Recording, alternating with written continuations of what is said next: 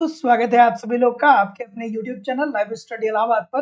तो दोस्तों, जैसा कि आपको पता है, प्रत्येक दिन शाम को 7 बजे से हम लोग Uttar Pradesh TGT PGT, Bihar TGT PGT, Uttarakhand lecturer, Uttarakhand LT grade, Jharkhand TGT PGT, UGC NET LT grade assistant professor और अन्य परीक्षाओं के प्रीवियस ईयर क्वेश्चन पेपर को देखते हैं।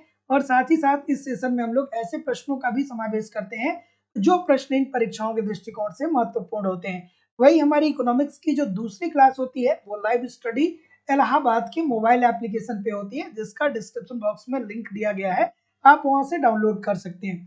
दोस्तों, लाइव स्टडी इलाहाबाद के मोबाइल एप्लीकेशन पे आपको इकोनॉमिक्स के सारे कॉन्सेप्ट आपके सिलेबस के अनुसार पढ़ाए जा रहे हैं, क्योंकि कॉन्सेप्ट पढ़ना बहुत ही जरूरी है। जब तक आपके कॉन्सेप्ट क्लियर नहीं होते हैं तब तक आपको ऑब्जेक्टिव क्वेश्चन को सॉल्व करने में बहुत सारी कठिनाइयों का सामना करना पड़ता है। तो आपकी इसी रिक्वायरमेंट को ध्यान में रखते हुए लाइव स्टडी इलाहाबाद के मोबाइल एप्लीकेशन पे अलग अलग बैच चलाए जा रहे हैं और अलग अलग बैच में आपके सिलेबस के अनुसार सारे कॉन्सेप्ट पढ़ाए जा रहे हैं। क्योंकि आपका अगर जो कॉन्सेप्ट क्लियर रहेगा, फिर ऑब्जेक्टिव क्वेश्चन को सॉल्व करने में आपको कंफ्यूजन या कोई समस्या नहीं होने वाली है। बिल्कुल सिंपल सटीक साधारण भाषा में पूरे कॉन्सेप्ट आपको पढ़ाए जाते हैं। साथ ही साथ इकोनॉमिक्स के छात्रों के साथ एक समस्या होती है नोट्स की। या तो नोट्स मिलते नहीं है या मिल भी जाते हैं तो इतने कॉम्प्लिकेटेड होते हैं कि समझ में नहीं आता है क्या पढ़ना है क्या छोड़ना है। तो दोस्तों, सिंपल सटीक भाषा में आपको नोट्स दिया जा रहा है। एक तरफ आप कॉन्सेप्ट के माध्यम से क्या करिए, पढ़ते रहिए, और दूसरी तरफ नोट्स के माध्यम से रिवीजन करते रहिए। साथ ही साथ टेस्ट सीरीज दिया जा रहा है, जो कि बहुत ही महत्वपूर्ण भूमिका अदा करता है आपके एग्जामिनेशन हॉल में। अगर जो आप टेस्ट सीरीज देकर के जाते हैं तो अक्सर ऐसा होता है कि अगर जो आप टेस्ट सीरीज नहीं दिए हैं, पहले से प्रैक्टिस नहीं किए हैं, तो एग्जामिनेशन हॉल में आते हुए बहुत सारे प्रश्न आपको गलत हो जाते हैं। या आप कहते हैं कि सर, एग्जामिनेशन हॉल में तो पेपर बहुत कठिन लग रहा था, लेकिन जब घर पर आकर के देखे तो पेपर आसान था। तो अगर जो आप टेस्ट सीरीज देंगे तो इस प्रकार की समस्या दूर हो जाएगी।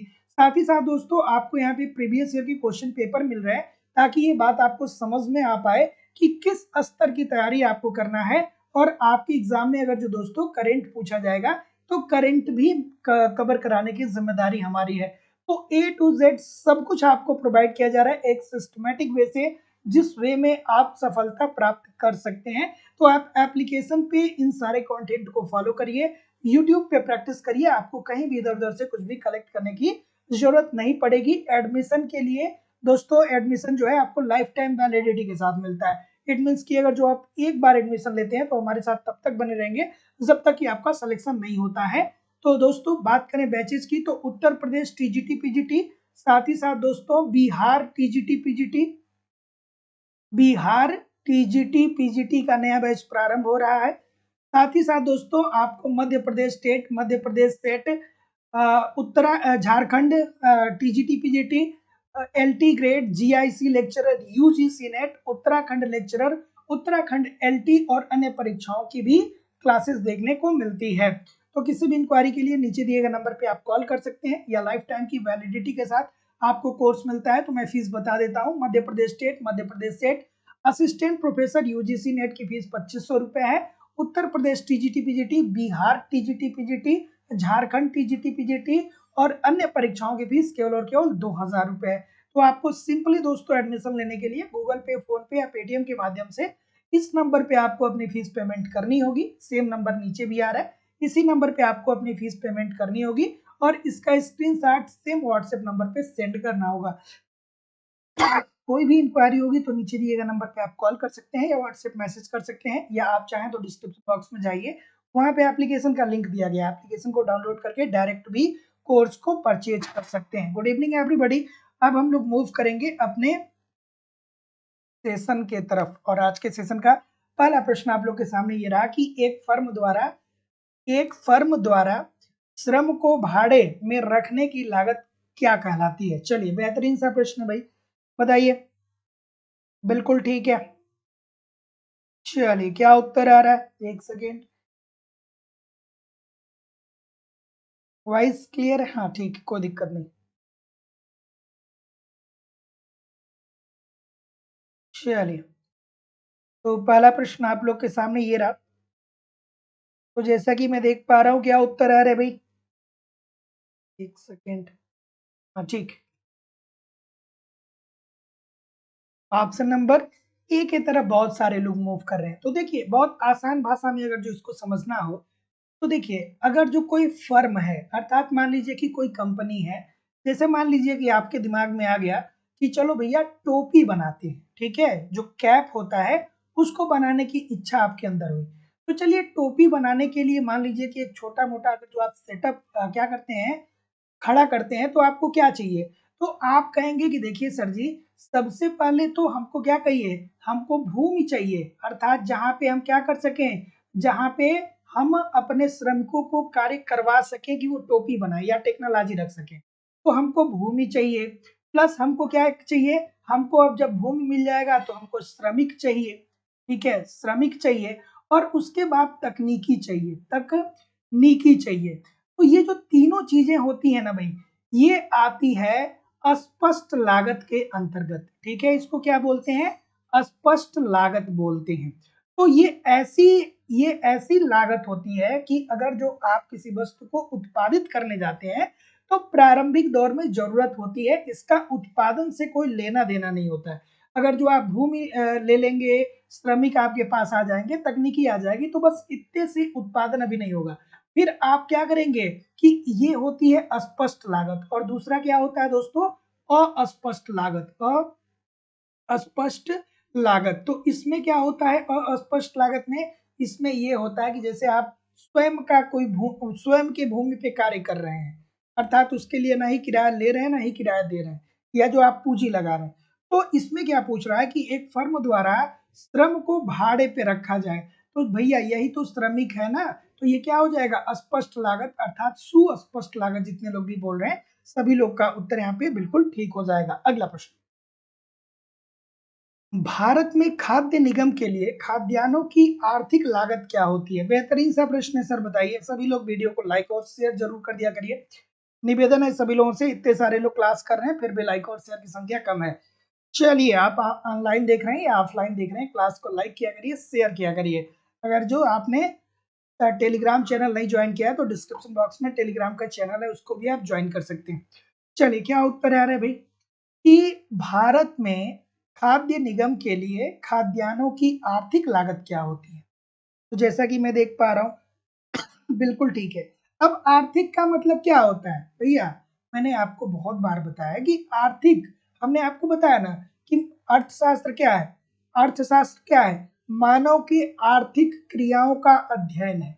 और आर्थिक क्रिया का मतलब क्या है कि ऐसी क्रिया जिसमें मुद्रा शामिल होती है। तो अब चलिए बता दीजिए, ठीक है।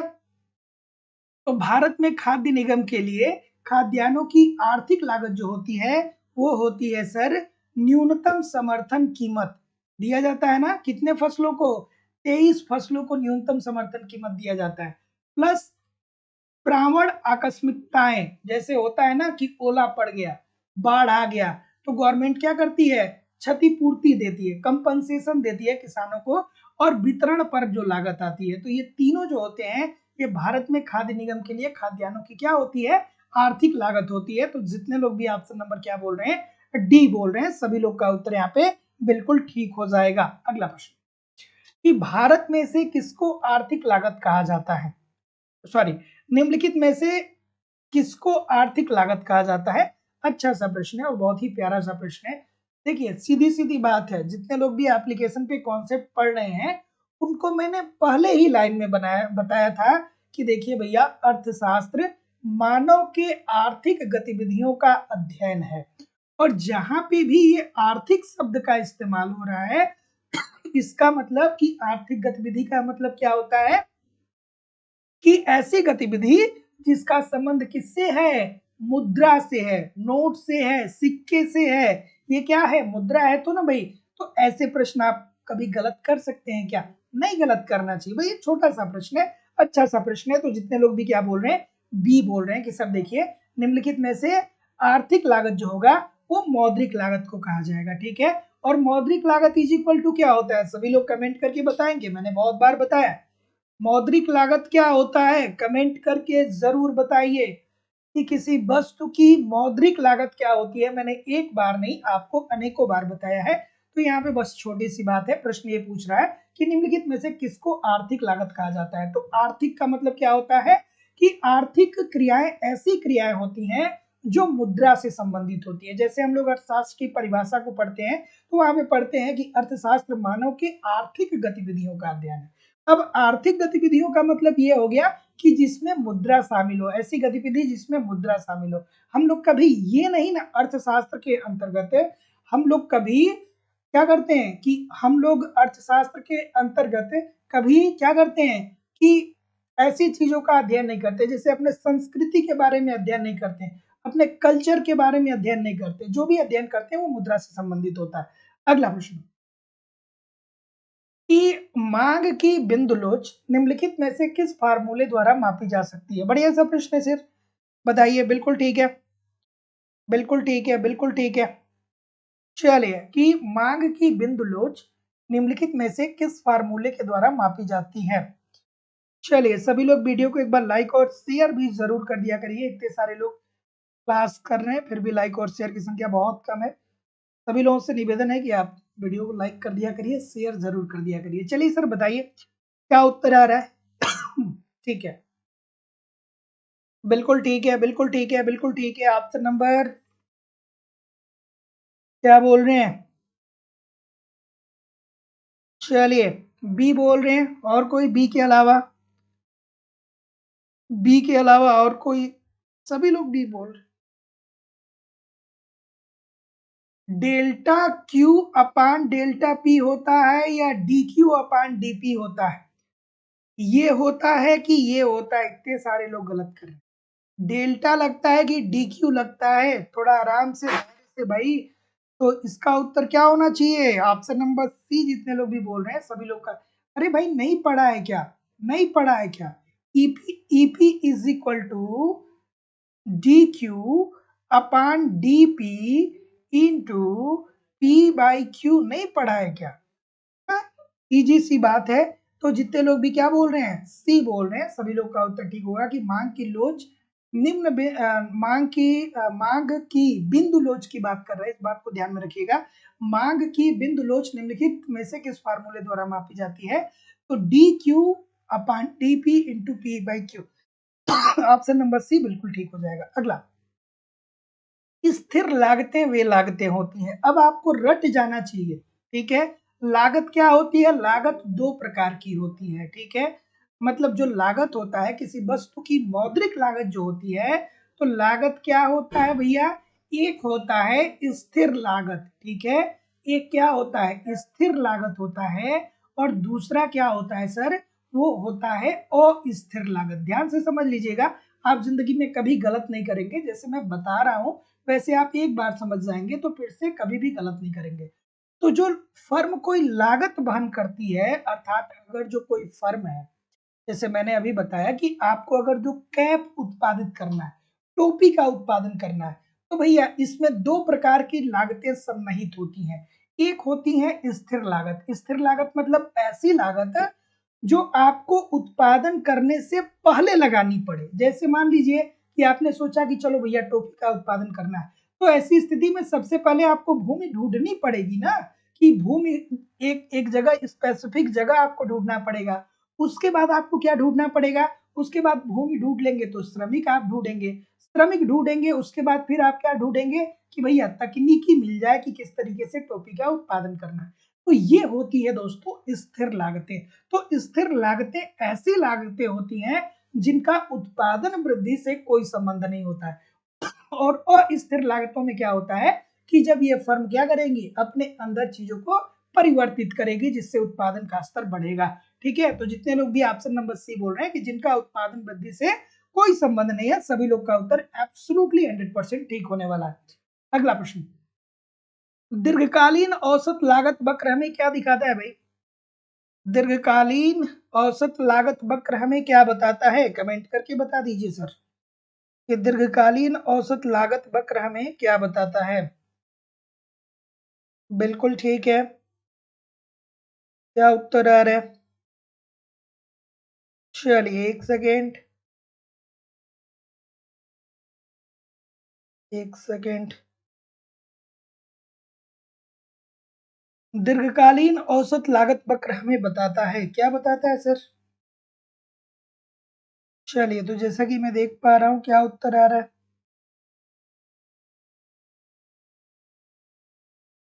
ठीक है, कोई दिक्कत नहीं है। क्या बोल रहे हैं? ऑप्शन नंबर, ठीक। हाँ, भूमि, भवन और मशीन स्थिर लागत है। हाँ, बिल्कुल ठीक। चलिए, क्या उत्तर आ रहा है भाई? ऑप्शन नंबर ए बोल रहे हैं, और कोई ए के अलावा? ए के अलावा कोई और? बिल्कुल ठीक है, सभी लोग यही बोल रहे हैं। तो जितने लोग भी ये बोल रहे हैं, बिल्कुल ठीक बोल रहे हैं कि देखिए सर, दीर्घकालीन औसत लागत वक्र हमें ये बताता है कि एक विशेष कारखाने में उत्पादन में विभिन्न स्तरों को उत्पादित करने की न्यूनतम लागत क्या होनी चाहिए। तो आपको पता ही है भाई कि दीर्घकालीन औसत लागत वक्र हम लोग पढ़ते हैं ना, पूर्ण प्रतियोगिता के अंतर्गत हम लोग देखते हैं ना कि उसमें क्या होता है कि फर्में जो होती हैं वो उनकी दीर्घकाल तक अगर जो कोई फर्म बनी है तो इसका मतलब ये होगा कि उसकी जो औसत लागत होगी वो न्यूनतम होगी, उसकी औसत लागत न्यूनतम होनी चाहिए, तभी जाकर के वो दीर्घकाल तक क्या करेगा, उत्पादन में बना रह सकता है। तो दीर्घकालीन औसत लागत वक्र हमें यही बताता है कि कोई एक कारखाना है, उसमें उत्पादन हो रहा है लेकिन उत्पादन की जो लागत है वो न्यूनतम है। ठीक है, तो जितने लोग भी ऑप्शन नंबर क्या बोल रहे हैं, ये बोल रहे हैं, बिल्कुल ठीक बोल रहे हैं। अगला, सीमांत लागत वक्र औसत लागत वक्र को क्या करता है भाई? सीमांत लागत वक्र औसत लागत वक्र को क्या करता है बताइए? अब अगर जो कॉन्सेप्ट पढ़े होंगे तो भैया बहुत अच्छे से जानते होंगे, ये प्रश्न आपके लिए कुछ भी नहीं है। अगर जो आपने कॉन्सेप्ट को पढ़ा है तो ये प्रश्न आपके लिए कुछ भी नहीं है, बच्चों का खेल है। लेकिन अगर जो नहीं पढ़ा है तो आपको 2 घंटे दे दिया जाए पेपर में या 4 घंटे दे दिया जाए, इस प्रश्न को आप क्या कर पाएंगे, सॉल्व नहीं कर पाएंगे। ठीक है, चलिए बताइए, अब थोड़ा सा मैंने हिंट दे दिया, अब बताइएगा। ये होता है क्या भैया, ये होता है एमसी, और ये क्या होता है, ये होता है एसी। ठीक है, चलिए आराम से बताइएगा। ये होता है एमसी, एमसी वक्र होता है, और ये होता है एसी वक्र। ठीक है, थोड़ा आराम से करिएगा। तो जैसा कि मैं देख पा रहा हूँ, बिल्कुल ठीक है, बिल्कुल ठीक है, बिल्कुल ठीक है। ऑप्शन नंबर क्या आ रहा है भाई? ये बोल रहे हैं, ये बोल रहे हैं, सभी लोग ये बोल रहे हैं। तो यही ई जो होता है इसी बिंदु पे ये काटता है, अर्थात न्यूनतम स्तर पे काट रहा है सर। तो सीमांत लागत वक्र औसत लागत वक्र को उसके न्यूनतम बिंदु पे काटता है, जैसा कि आप यहाँ पे देख पा रहे हैं, ई बिंदु पे काट रहा है। तो जितने लोग भी ऑप्शन नंबर क्या बोल रहे हैं, ए बोल रहे हैं, सभी लोग का उत्तर यहाँ पे बिल्कुल 100% ठीक हो जाएगा। अगला प्रश्न, किसी फर्म को अधिकतम लाभ तब होगा जब उसे सीमांत कीमत मिलने लगे। बढ़िया सा प्रश्न है भाई, बताइए। बिल्कुल ठीक है, बिल्कुल ठीक है, बिल्कुल ठीक है, क्या उत्तर आ रहा है? चलिए थोड़ा आराम से करिए। बिल्कुल ठीक है, बिल्कुल ठीक है। हम्म, देखिए, श्रमिक के जगह पे मजदूरी शब्द का प्रयोग किया जाता है। ठीक है, श्रमिकों की जगह पे मजदूरी शब्द का प्रयोग किया जाता है। चलिए, क्या उत्तर आ रहा है सर, कि किसी फर्म को अधिकतम लाभ तब होगा जब उसे सीमांत कीमत मिलने लगे, किसके बराबर मिलने लगे? ऑप्शन नंबर, बिल्कुल ठीक है। ऑप्शन नंबर, ऑप्शन नंबर बिल्कुल ठीक है, बिल्कुल ठीक है, बिल्कुल ठीक है। क्या बोल रहे हैं, सी बोल रहे हैं, औसत परिवर्तनशील लागत के बराबर। क्या याद आना चाहिए भैया, क्या याद आना चाहिए, थोड़ा आराम से करिए। बिल्कुल ठीक है, पढ़ा होगा तो जानते होंगे, नहीं पढ़ा होगा तो कॉन्सेप्ट की क्लास ज्वाइन करिए, यहाँ पे सारी चीजें आपको दी जा रही है। A R is equal to क्या होता है, A R is equal to M R होता है। तो जितने लोग भी ऑप्शन नंबर क्या बोल रहे हैं, और जितने लोग भी ऑप्शन नंबर ई बोल रहे हैं, सी बोल रहे हैं कि ए बोल रहे हैं, इतने सारे लोग ई क्यों बोल रहे हैं भाई? किसी फर्म को अधिकतम लाभ तब प्राप्त होगा जब उसे सीमांत कीमत मिलने लगे सीमांत लागत के बराबर। अरे भैया, औसत परिवर्तनशील लागत के बराबर तो ये सर्वाइवल होता है, अधिकतम लाभ थोड़ी इसको मिलता है। इतने सारे लोग, जितने लोग भी सी बोल रहे हैं, क्यों सी बोल रहे हैं यार? सी सी होता है क्या? सी होता है क्या? यही ना ई बिंदु है, जब नीचे से ये काटता है तो यहीं पे तो A R is equal to M R होता है। ठीक है, तो ये क्या हो जाएगा भाई? ये सीमांत लागत के बराबर होता है ना, ये जो आप औसत परिवर्तनशील लागत की बात कर रहे हैं, ये तो कीमत के बराबर होता है। अर्थात यहाँ पे एक फर्म जो है, ये उम्मीद करता है कि भैया देखिए, अगर जो भविष्य में हमें लाभ मिलेगा तो हम उत्पादन में बने रह पाएंगे, अगर जो नहीं मिलेगा तो हम टाटा बाय बाय करके बाहर निकल जाएंगे। ठीक है, तो ऑप्शन नंबर ए होना चाहिए। जितने लोग भी ए बोल रहे हैं, सभी लोग का उत्तर ठीक है। इतने सारे लोग गलत कर रहे हैं, बहुत सारे लोग गलत कर रहे हैं, है ना? औसत लागत सिद्धांत से तात्पर्य है, औसत लागत सिद्धांत से तात्पर्य क्या है भाई? औसत लागत सिद्धांत से तात्पर्य क्या है? बिल्कुल ठीक है, औसत लागत सिद्धांत आसान भाषा में कहें तो जो टीजीटी पीजीटी की तैयारी करता है, वो भी क्या करता है? वो अवसर को देखता है ना? अवसर को देखता है। क्योंकि मैं बिल्कुल श्योर हूँ इस बात को लेकर के कि आप कभी भी जब ग्रेजुएशन कर रहे होंगे या जब हाई स्कूल इंटर में होंगे, तो कभी ये किसी से नहीं कहे होंगे कि हमको टीजीटी पीजीटी का परीक्षा देना है, कभी नहीं कहे होंगे। लेकिन क्या है, आपने देखा कि भैया क्या हो रहा है, सिविल सर्विस की स्थिति दूसरी है, एसएससी में हो नहीं पाएगा। ठीक है, उम्र थोड़ी सी आगे बढ़ गई है, तो मौका कहाँ पे है? टीजीटी पीजीटी में। एसएससी 28 साल तक ही दे पाएंगे, सिविल सर्विस में मान लीजिए कि कुछ जगहों मतलब आईएएस की बात करें तो 32 साल। तो अब अगर जो उससे ऊपर हो गए तो आपकी क्या है कि अब आपके पास अवसर ये है भैया, टीजीटी पीजीटी, है ना? चलिए, इस प्रश्न का उत्तर करिए। तो जैसा कि मैं देख पा रहा हूँ, क्या बोल रहे हैं सर? ये बोल रहे हैं, बिल्कुल ठीक बोल रहे हैं कि देखिए, मतलब ये तो मैंने आपको बस एक तरीके से फनी वे में बता दिया। अदरवाइज औसत लागत की थियरी किसने दिया था? हैबरलर ने दिया था। और हैबरलर ने सीधी सीधी बात कही थी।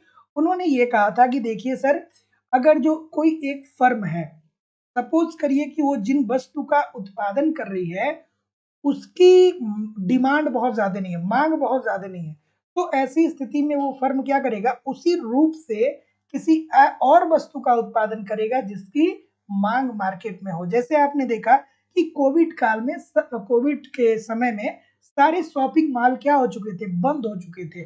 तो कपड़े अब बिक नहीं रहे थे, लोग शॉपिंग में शॉपिंग कर नहीं रहे थे, तो कपड़े बिक नहीं रहे थे। तो अब कपड़े बनाने वाली बहुत सारी कंपनियों ने क्या किया?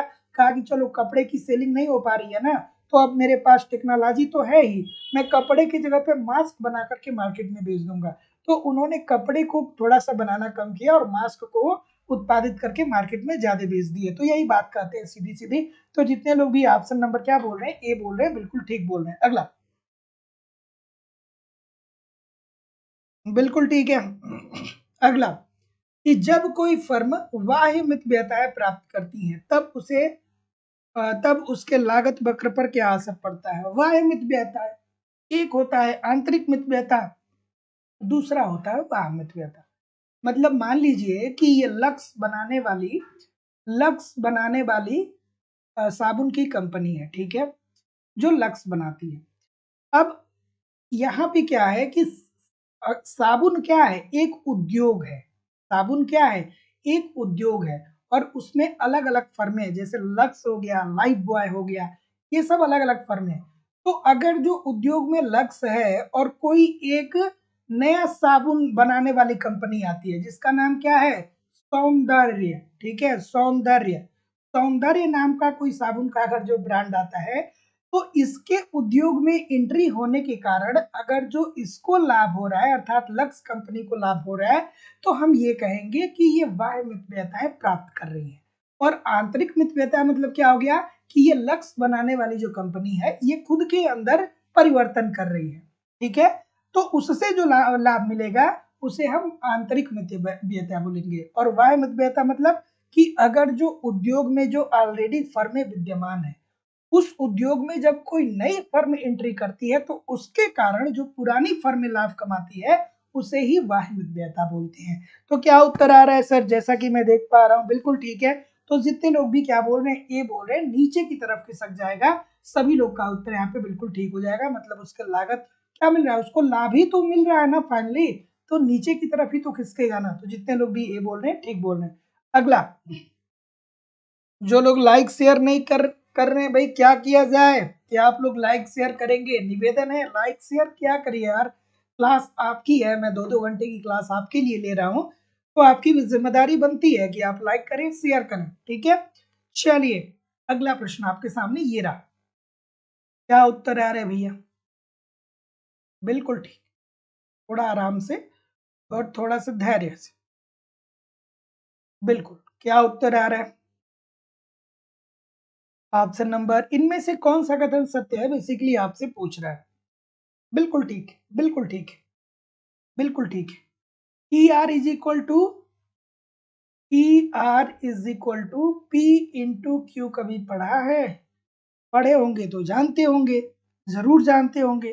तो क्या होता है, कुल आगम क्या होता है? बी बोल रहे हैं सभी लोग, हाँ। तो जितने लोग भी बी बोल रहे हैं कि देखिए सर जी, कुल आगम बराबर होता है बिक्री इकाइयों की, अर्थात कितनी इकाई की बिक्री हुई है इनटू औसत आगम के। तो बार बार बोलता हूँ कि थोड़ा सा पेन कापी पास में रख करके कुछ कुछ चीजें लिखा भी करिए। केवल ये नहीं कि सर तो आएंगे ही, सर तो बताएंगे ही, प्रश्नों को रिपीट कराएंगे ही तो हमको समझ में आ ही जाएगा ही, ठीक है, ऐसा कुछ नहीं। आप थोड़ा सा कॉपी पेन पास में रखिए, और कुछ कुछ चीजें जो होती हैं वो बहुत ही कंफ्यूजन क्रिएट करने वाली होती है। आप यहाँ लाख इसे सही कर लीजिए, लेकिन एग्जामिनेशन हॉल में क्या होगा, गलती होने की संभावना ज्यादा होती है। तो इसलिए थोड़ा सा कॉपी पेन लेकर के इसको लिखा करिए ऐसे प्रश्नों को।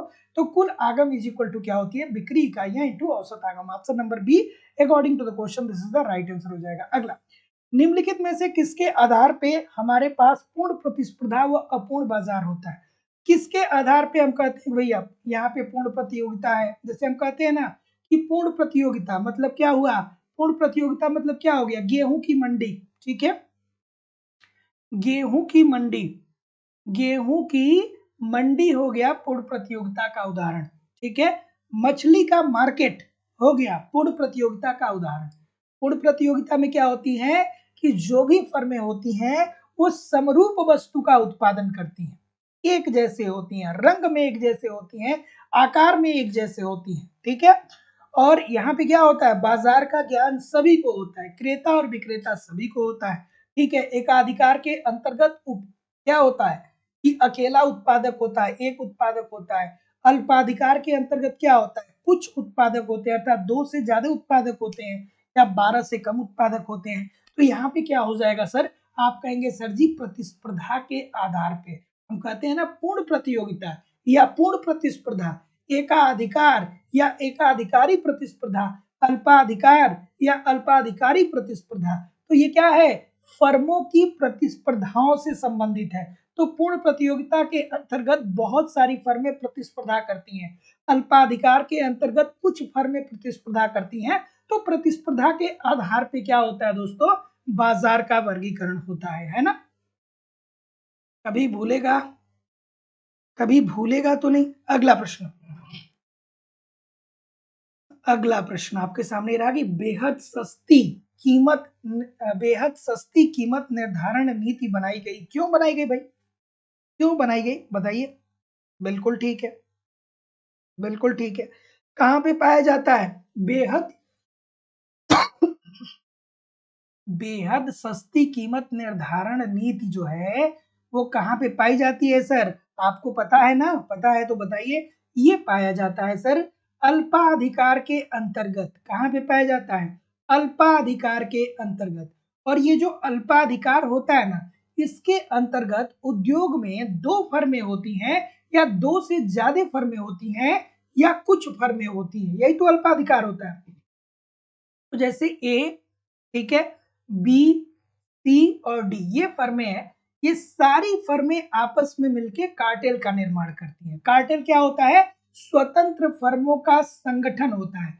और ये जो कार्टेल है ना, यही निर्धारित करता है कि हम जो प्रोडक्ट उत्पादित कर रहे हैं इसकी कीमत क्या होनी चाहिए। और ये कीमत क्या करता है कि बिल्कुल निचले स्तर पे रखता है, न्यूनतम स्तर पे रखता है, ताकि इस उद्योग में कोई नई कंपनी एंट्री करना चाहे या कोई नई फर्म एंट्री करना चाहे तो वो एंट्री न कर पाए, क्योंकि इसकी क्या है, कीमत ऑलरेडी ये लोग बहुत कम रखे हैं। तो जितने लोग भी ऑप्शन नंबर क्या बोल रहे हैं, जितने लोग भी ऑप्शन नंबर क्या बोल रहे हैं, बिल्कुल ठीक बोल रहे हैं, डी बोल रहे हैं कि ए बोल रहे हैं, बिल्कुल। तो जितने लोग भी बोल रहे हैं कि प्रतिस्पर्धी को कारोबार से बाहर निकालने हेतु सभी लोग का उत्तर ठीक है।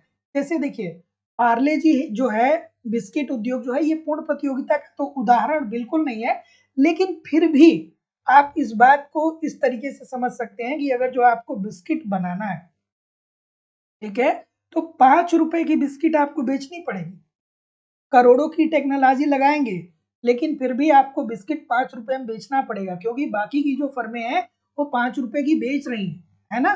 तो इस बात को आपको ध्यान में रखना है। अगला प्रश्न आपके सामने ये रहा। सभी लोगों से निवेदन है कि आप वीडियो को थोड़ा सा लाइक कर दिया करिए और शेयर जरूर कर दिया करिए, ठीक है। इतने सारे लोग क्लास देख रहे हैं, फिर भी लाइक की संख्या इतनी कम क्यों है भाई? मैं 2 घंटे की क्लास ले रहा हूँ और आप लोग जितने लोग क्लास देख रहे हैं 50% लोग भी लाइक नहीं किए हैं। क्यों नहीं किए भाई? टीचर बनने जा रहे हैं, इतनी तो नैतिकता होनी चाहिए, मॉरलिटी होनी चाहिए, है भी आपके अंदर, लेकिन आप भूल जाते हैं, मुझे पता है। तो आप वीडियो को थोड़ा सा लाइक कर दिया करिए, शेयर भी जरूर कर दिया करिए। चलिए सर बताइए क्या उत्तर होगा इसका, कि निम्नलिखित कथनों पे आप विचार करिए और विचार करके बताइए सर क्या उत्तर सही है। तो देखिए एक स्थिति जब लोग एक स्थिति जब लोग सोचते हैं कि वे मुद्रास्फीति के समय अमीर हो रहे हैं, मुद्रा भ्रम कहलाता है। तो दोस्तों आपको पता है कि मुद्रास्फीति में क्या होता है कि वस्तुओं की कीमतें बढ़ती हैं, और वस्तु की कीमत बढ़ेगी तो तुरंत आप फिशर साहब का थियरी याद आना चाहिए कि जब वस्तु की कीमत बढ़ेगी तो मुद्रा का मूल्य क्या होगा, कम होगा। जैसे कि मैं आपको बताता हूं कि हम लोग बचपन में क्या करते थे, हम लोग बचपन में 1 रुपए में 4 गोलगप्पे खाते थे, ठीक है। तो बचपन में जब 1 रुपए में 4 गोलगप्पे खाते थे, तो 10 रुपए में कितने गोलगप्पे खाते थे, 40 गोलगप्पे खाते थे। लेकिन वस्तुओं की कीमतों में निरंतर वृद्धि हुई, तो ऐसी स्थिति में अब 10 रुपये में कितने गोलगप्पे खा रहे हैं, केवल 4 गोलगप्पे खा रहे हैं। तो कितने गोलगप्पों का हमको क्या हो गया, नुकसान हो गया, 36 गोलगप्पों का। तो ये क्या हो रहा है कि जब वस्तुओं की कीमतों में वृद्धि हो रही है तो मुद्रा का मूल्य कम हो रहा है। पहले 10 रुपए का वैल्यू अलग था, 10 रुपए में 40 गोलगप्पे खाते थे, अब 10 रुपए में केवल 4। ठीक है। तो अब आप ये नहीं कह सकते हैं अपने घर में कि एक हमारा बचपन था कि हम 1 रुपए में पूरा दिन भर गुजार देते थे। अरे भाई उस टाइम 1 रुपए ही ठीक ठाक होता था, मतलब अगर जो आप बच्चे बच्चे थे, बच्चे ही होंगे, ठीक है, तो 1 रुपए या 2 रुपए में काम चल जाता था, लेकिन अब नहीं चल पाएगा, ठीक है। तो मुद्रा का मूल्य क्या हुआ, कम हुआ, क्योंकि कीमतें बढ़ गई। तो अब आपको ये लगता है कि अब हमारे पास क्या है, पैसा बहुत ज्यादा है, लेकिन ऐसा है नहीं, मुद्रा का मूल्य नीचे गिर गया है, सीधी सीधी बात यह है। आगे देखिए, यह माना जाता है कि मुद्रा भ्रम का निरंतर स्तर अर्थव्यवस्था को गति देने के लिए लाभदायक होता है। ये बेहतरीन सी बात है, ये बात बिल्कुल ठीक है। तो जब आपको ये लगेगा कि आप अमीर हो रहे हैं, मुद्रा भ्रम आपके पास है कि आप अमीरी में आ रहे हैं, तो इसका मतलब ये होगा कि आप अमीर हैं तो अपने मांग को बढ़ा रहे हैं, और जब मांग बढ़ेगा तो पूर्ति भी बढ़ेगा, अर्थात एक तरफ आप मांग करेंगे, दूसरी तरफ पूर्ति, अर्थात उत्पादन में वृद्धि होगा। तो मांग व पूर्ति का क्रियाशील होना क्या करता है, अर्थव्यवस्था के लिए लाभदायक होता है और राष्ट्रीय आय में वृद्धि होती है। तो ए और दो दोनों सही हो जाएगा। अगला प्रश्न, चलिए अगला प्रश्न ये रहा कि टोबिन के मुद्रा मांग सिद्धांत में मुद्रा शेष का कार्य क्या है। चलिए बढ़िया सा प्रश्न है भाई, बिल्कुल ठीक है। क्या उत्तर आएगा? चलिए कोई बात नहीं, ठीक है।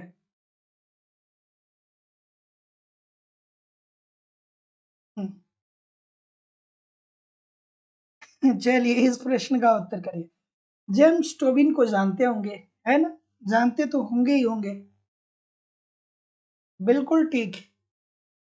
ये जितने भी सी बोल रहे हैं ना, जितने भी सी बोल रहे हैं सब बहुत अच्छा बोल रहे हैं। ठीक है, क्या किसके काबिल हैं आप काबिल हैं पुरस्कार पाने के, क्योंकि ये क्वेश्चन मैं अक्सर लाता हूं और अक्सर लोग गलत करते हैं। ठीक है, ये जितने भी गलत कर रहे हैं ये सब क्या कर रहे हैं, बहुत बड़ी मिस्टेक कर रहे हैं।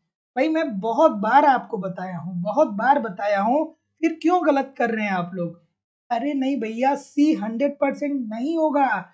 ये क्या बोल रहे हैं, जेम्स टोबिन की बात बोल रहे हैं। जेम्स टोबिन के मुद्रा मांग सिद्धांत में मुद्रा शेष का कार्य ये है कि ये क्या करता है, मूल्य का संग्रह करता है। ठीक है, इन्होंने क्या कहा कि मुद्रा शेष का मतलब क्या होगा कि आप बचत कर रहे हैं, अर्थात मुद्रा को क्या कर रहे हैं, संग्रहित कर रहे हैं, ताकि भविष्य में चल करके आपकी निवेश क्षमता बेहतर हो सके। तो जितने लोग भी क्या बोल रहे हैं, बी बोल रहे हैं, बिल्कुल ठीक बोल रहे हैं।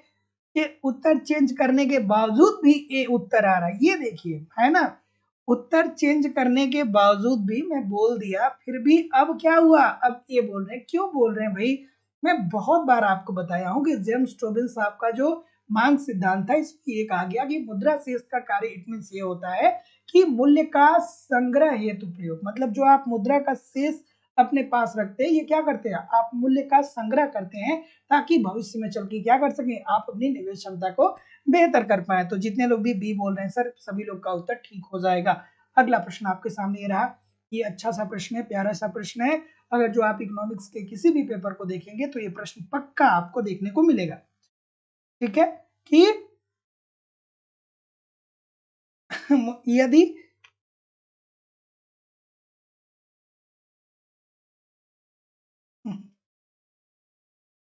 चलिए इस प्रश्न का उत्तर करिए कि यदि मुद्रा के परिमाण सिद्धांत में फिशर के समीकरण में मुद्रा पूर्ति को 2 गुना की कर दिया जाए तो कीमत स्तर पे क्या असर पड़ेगा। फिशर साहब का समीकरण क्या है सर, ये है M B is equal to P T.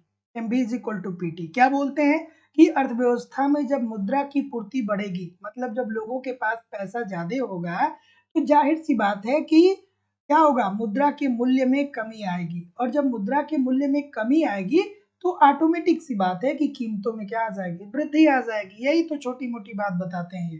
ठीक है, कि अगर जो मुद्रा बढ़ेगा, जैसे अर्थव्यवस्था में क्या करेगा, सरकार सबको मुद्रा छाप करके दे दी, सबके पास बहुत ज्यादा पैसा हो जाए। तो जब बहुत ज्यादा पैसा हो जाएगा तो ऐसी स्थिति में क्या होगा, एक सेकेंड, जब मुद्रा का मूल्य बढ़ेगा तो वस्तुओं की कीमतों में वृद्धि होगी। यहाँ पे देखिए मैंने शायद मिस्टेक कर दिया, मुद्रा का मूल्य बढ़ेगा तो जब सबके पास पैसा हो जाएगा तो सभी लोग मांग बढ़ा देंगे। तो जब मांग बढ़ा देंगे तो कीमतों में तो वृद्धि हो जाएगी, और जब वस्तु की कीमत में वृद्धि हो रही है तो इसका मतलब ये है कि अब आपको पहले से ज्यादा पैसा देना पड़ रहा है। इट मीन्स कि मुद्रा का मूल्य कम हो रहा है। ठीक है, तो जितने लोग भी ऑप्शन नंबर क्या बोल रहे हैं यहाँ पे, जितने लोग भी ऑप्शन नंबर क्या बोल रहे हैं यहाँ पे, 2 गुना हो जाएगा, बिल्कुल ठीक है। आप इकोनॉमिक्स के किसी भी पेपर को उठा करके देखेंगे तो ये कॉन्सेप्ट जरूर पूछता है कि फिशर का समीकरण क्या है। तो M B is equal to P T है, ये इनका मूल समीकरण है। और इनका संशोधित समीकरण जो है वो क्या है, एम डैश भी डैश। एम एम क्या है, भी क्या है, पी क्या है, टी क्या है, आप मुझे कमेंट करके जरूर बताइएगा।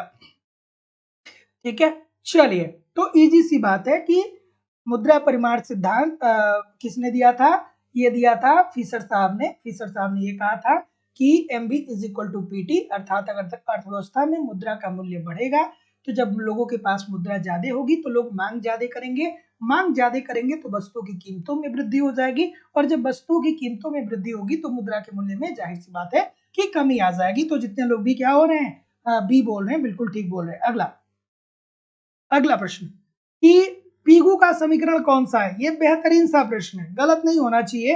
ये बेहतरीन सा प्रश्न है, बार बार पूछा गया है पीगू का समीकरण। चलिए इस प्रश्न का उत्तर करिए। और दोस्तों अभी तक अगर जो आपने लाइव स्टडी इलाहाबाद के मोबाइल एप्लीकेशन पे इकोनॉमिक्स के कॉन्सेप्ट की क्लास नहीं ज्वाइन किए हैं तो जरूर ज्वाइन करिए। यहाँ पे आपको इकोनॉमिक्स के सारे कॉन्सेप्ट सिंपल सटीक साधारण भाषा में आपके सिलेबस के अनुसार पढ़ाए जा रहे हैं। साथ ही साथ कंप्लीट आपको नोट्स दिए जा रहे हैं। एक तरफ आप कॉन्सेप्ट पढ़ते रहिए, दूसरी तरफ नोट्स के माध्यम से रिवीजन करते रहिए। रिवीजन करना बहुत जरूरी है। साथ ही साथ टेस्ट सीरीज दिया जा रहा है, समय समय पे टेस्ट दीजिए, अपना इवेल्युएशन करिए कि तैयारी कैसी चल रही है, गलत कहाँ पे प्रश्न हो रहे हैं, जहाँ पे गलत हो रहे हैं उसको सुधार करिए, फिर अगला टेस्ट दीजिए, फिर आपको प्रीवियस ईयर के क्वेश्चन पेपर और करेंट्स कुछ प्रोवाइड कराना हमारी जिम्मेदारी है। बस आप एप्लीकेशन पे पढ़ते रहिए, यूट्यूब पे प्रैक्टिस करते रहिए, सारी बैचेज उपलब्ध है। Uttar Pradesh TGT PGT, Bihar TGT PGT, Jharkhand TGT PGT, Uttarakhand lecturer LT, साथ ही साथ में जीआईसी यूजीसी नेट, सबका अलग अलग बैच है। एडमिशन फीस केवल और केवल 2000 रुपया दोस्तों। तो सिंपली एडमिशन लेने के लिए आपको यहाँ पे गूगल पे, फोन पे या पेटीएम के माध्यम से अपनी फीस पेमेंट करनी होगी और उसका स्क्रीनशॉट आपको इसी व्हाट्सएप नंबर पे सेंड करना होगा, या आप डिस्क्रिप्शन बॉक्स में जाइए, एप्लीकेशन का लिंक मिलेगा, एप्लीकेशन को डाउनलोड करके डायरेक्ट भी कोर्स को परचेज कर सकते हैं। किसी भी इंक्वायरी के लिए नीचे दिए गए नंबर पे कॉल करिए, व्हाट्सएप मैसेज करिए। दोस्तों मैं जिम्मेदारी और विश्वास से कर रहा हूँ कि बस कुछ दिन आप एप्लीकेशन पे मेहनत कर लीजिए, कुछ दिन यूट्यूब पे कर लीजिए, आप 2-3 महीने बाद विश्वास मानिए अपने आप को बहुत बेहतर महसूस करेंगे। आपको लगेगा कि सारी चीजें आपको आ रही है, लेकिन कम से कम 3-3.5 घंटे 4 घंटे आपको दोनों जगह क्लास करना पड़ेगा, मतलब यूट्यूब और एप्लीकेशन पे दोनों क्लासेस मिला करके। ठीक है, चलिए आगे बढ़ते हैं कि पीगू का समीकरण कौन सा है भाई। तो किसी के दिमाग में ये नहीं आ रहा है क्या कि पीगू ने समीकरण ये भी तो किया था, P is equal to K R upon M. ठीक है, तो देखिएगा ऑप्शन में ये भी पूछता है, लेकिन यहाँ पे P is equal to M upon के आर दिया है, इसलिए ये गलत हो जाएगा। ठीक है, क्या हो जाएगा, P is equal to K R upon M C plus H small bracket में 1 माइनस सी। तो जितने लोग भी ऑप्शन नंबर क्या बोल रहे हैं यहाँ पे, क्या बोल रहे हैं सर, सी ही बोल रहे हैं सभी लोग, सी के अलावा कोई और है, सी के अलावा कोई और नहीं है। तो जितने लोग भी सी बोल रहे हैं सभी लोग का उत्तर ठीक हो जाएगा। मुद्रा को तटस्थ कहा जाता है यदि, मुद्रा को तटस्थ कब कहा जाएगा, हाँ बिल्कुल, भी जो है मुद्रा की प्रचलन गति, एब्सोल्युटली ठीक है, सोनम पांडे जी बोल रही हैं, बिल्कुल ठीक है। और कोई भाई, चलिए रीता कश्यप जी, मालती जी, सोनम पांडे जी, मीनू यादव जी, संध्या पांडे जी, हर्षु मिश्रा जी, प्रीति सिंह जी, दीपू जी, ठीक है, अलगू चौधरी जी, अच्छा जी, चलिए क्या उत्तर आ रहा है भाई,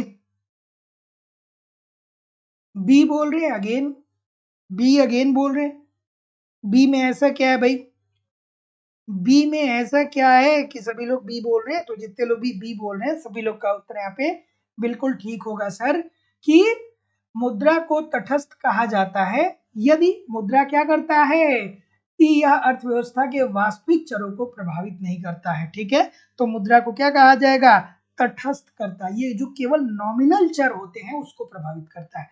तो मुद्रा को तटस्थ कहा जाता है यदि अर्थव्यवस्था में वास्तविक चरों को प्रभावित ये न करे तो। अगला प्रश्न आपके सामने ये रहा कि परंपरावादी अर्थशास्त्र में मुद्रा पूर्ति में परिवर्तन से क्या होता है। चलिए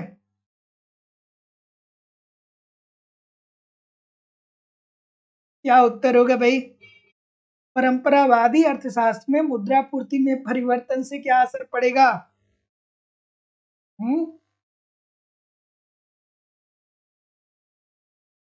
चलिए ये रोज रोज रोज अपने नाम को चेंज करने वाले लोग, आपकी हरकत से पता चल जाता है कि आप हैं कौन, है ना। जो लोग नाम चेंज करके आते हैं रोज, आपके कमेंट से पता चल जाता है कि आप हैं कौन। ठीक है, चलिए इस प्रश्न का उत्तर करिए कि परंपरावादी अर्थशास्त्र में मुद्रा पूर्ति में परिवर्तन से क्या असर पड़ता है भाई। ऑप्शन नंबर बिल्कुल ठीक है, ए बोल रहे हैं क्या सभी लोग, बिल्कुल ठीक है, बिल्कुल। तो जितने लोग भी ए बोल रहे हैं सभी लोग का उत्तर ठीक है भैया, वही रिसर्च आपका M B is equal to P T बताते हैं ना कि अगर जो मुद्रा परिवर्तन हो रहा है तो उससे क्या होगा, कीमतों पर असर पड़ेगा। ठीक है, तो जितने लोग भी ऑप्शन नंबर क्या बोल रहे हैं, जितने लोग भी ऑप्शन नंबर ए बोल रहे हैं बिल्कुल ठीक बोल रहे हैं कि परंपरावादी अर्थशास्त्रियों ने कहा था कि जो मुद्रा पर में परिवर्तन होगा तो उससे क्या होगा, कीमतें प्रभावी होंगी। ठीक है, अर्थात मुद्रा की पूर्ति में अगर जो वृद्धि होता है, अर्थव्यवस्था में मुद्रा की पूर्ति में वृद्धि होता है तो कीमतों में 2 गुने की वृद्धि होगी और मुद्रा का मूल्य क्या हो जाएगा, आधा हो जाएगा। ठीक है, अगला चलिए सर, कि मुद्रा वह अधूरी है जिस पर अर्थ विज्ञान चक्कर लगाता है, ये बात किसने कही थी बताइए। कि मुद्रा वह दूरी है जिस पे अर्थ विज्ञान चक्कर लगाता है। सभी लोगों से निवेदन है कि आप वीडियो को लाइक और शेयर भी जरूर कर दिया करिए।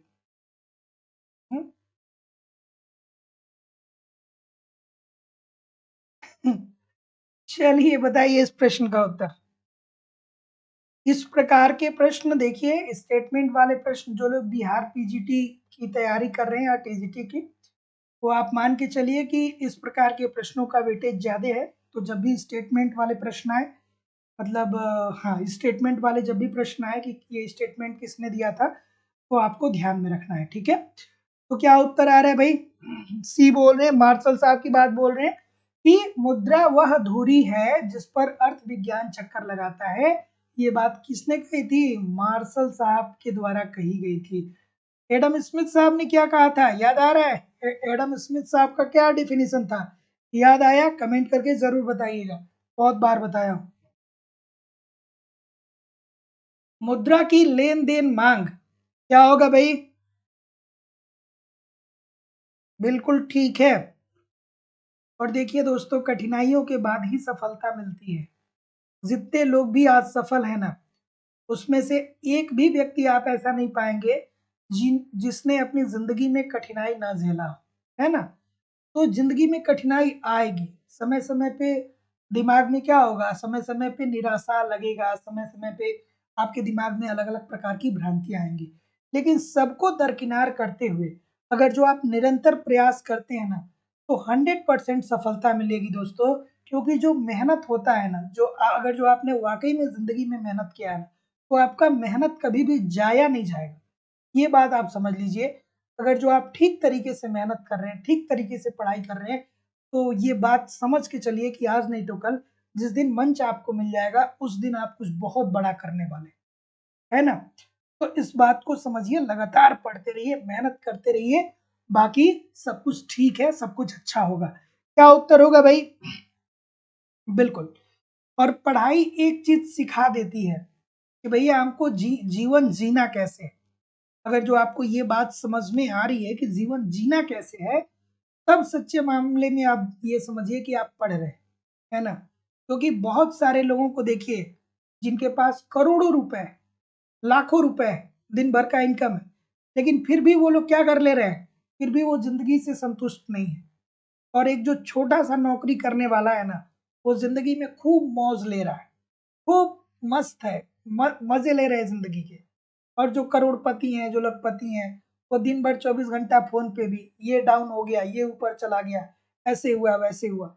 तो पढ़ाई का यार जिंदगी का ये एक छोटा सा पहलू है, ये आपकी रिक्वायरमेंट है कि नौकरी करेंगे तो भैया मुद्रा प्राप्त होगी। आप क्या कर पाएंगे कि राष्ट्र के निर्माण में अपना योगदान दे पाएंगे। तो ये बहुत जरूरी है, लेकिन साथ ही साथ कहने का मतलब ये है कि आपको धैर्य बनाने आना चाहिए, कंसंट्रेट होकर पढ़ने आना चाहिए।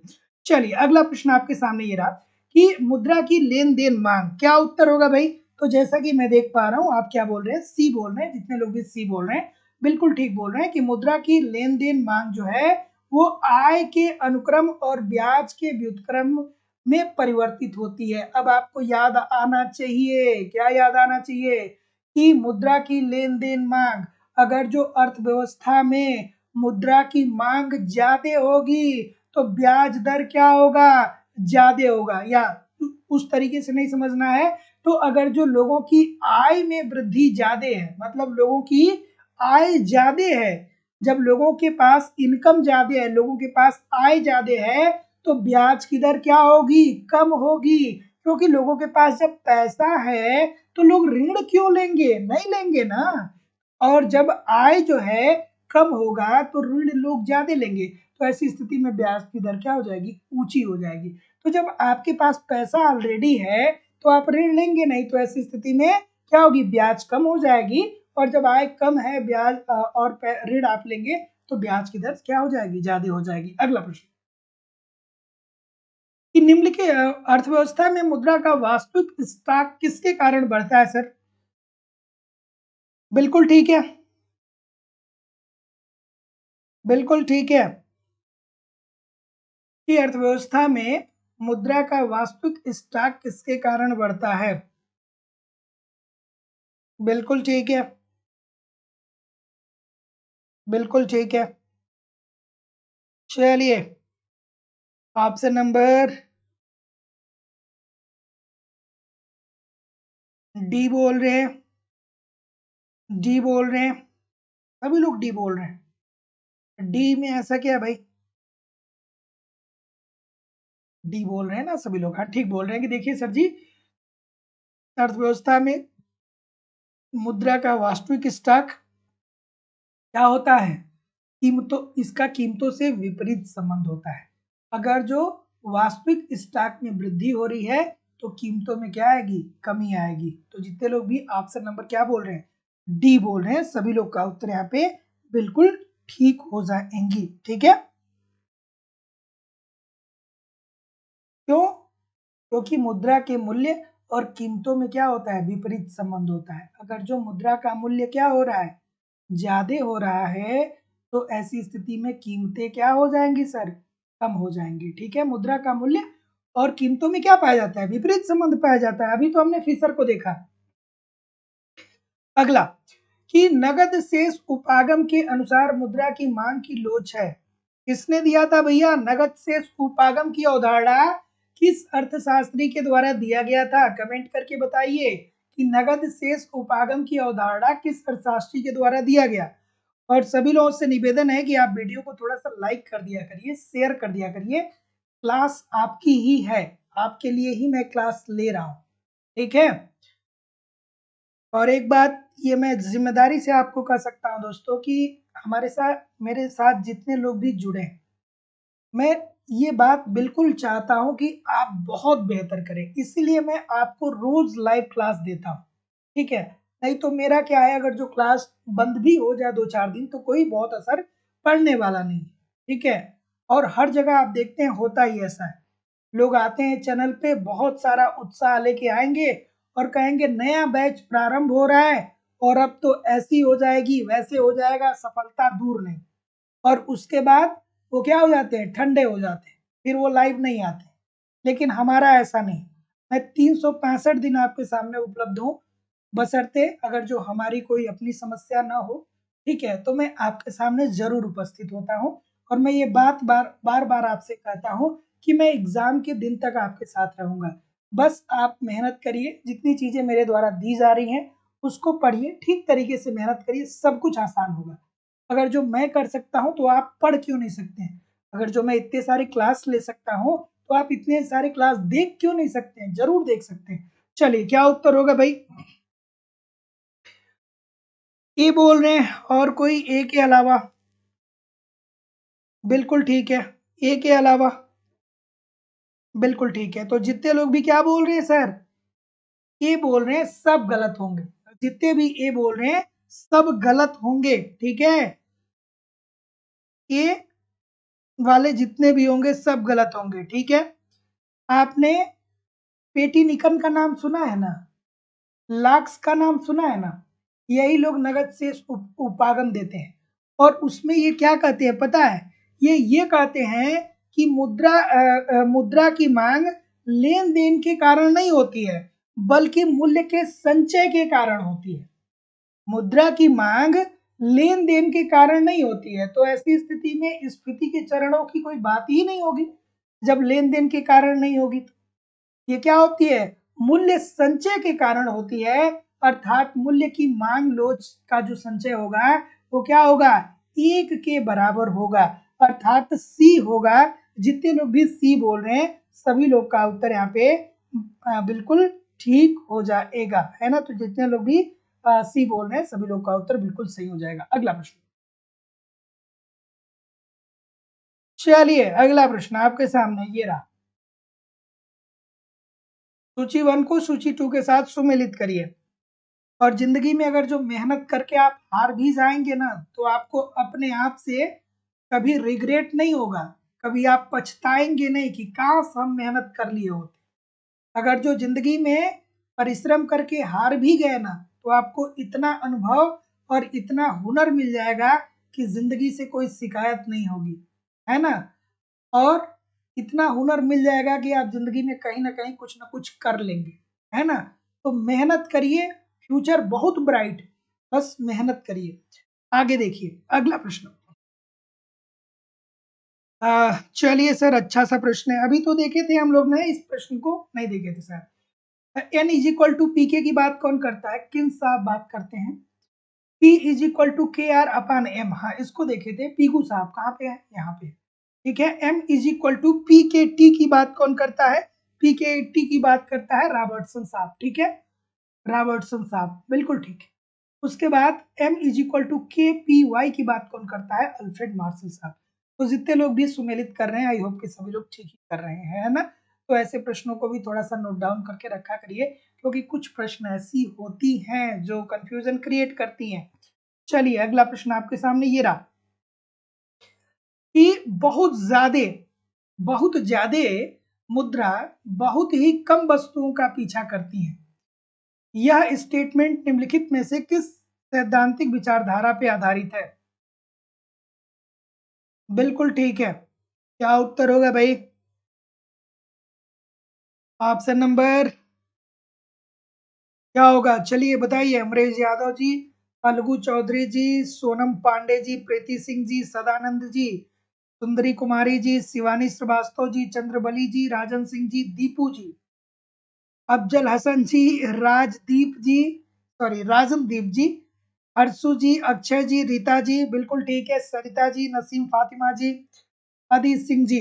चलिए बताइए सर, ऑप्शन नंबर सी बोल रहे हैं, मुद्रा का परिमाण सिद्धांत। तो जितने लोग भी सी बोल रहे हैं, सभी लोग का उत्तर यहाँ पे बिल्कुल ठीक होगा। The purchasing power of money, किसने लिखा था, the purchasing power of money. उसी के अंतर्गत ये थियरी, ये स्टेटमेंट दिया गया था कि बहुत ज्यादा मुद्रा बहुत ही कम वस्तुओं का पीछा करती हैं। ये मुद्रा परिमाण सिद्धांत के अंतर्गत दोस्तों फिशर साहब के द्वारा कहा गया। तो फिशर साहब की पुस्तक का भी नाम याद रखिएगा, the purchasing power of money. बहुत इंपॉर्टेंट है ये, बार बार यहाँ से प्रश्न पूछा जाता है कि the purchasing power of money किस अर्थशास्त्री की पुस्तक है। तो भैया ये इरविन फिशर साहब की। ठीक है, कि निम्नलिखित में से यह किसका तर्क है कि केन्स का अनैच्छिक बेरोजगारी के साथ संतुलन का सिद्धांत सामान्य संतुलन मॉडल जिसमें मुद्रा भी शामिल है का विशेष मामला है। बेहतरीन सा प्रश्न है सर, बताइए। बिल्कुल ठीक है,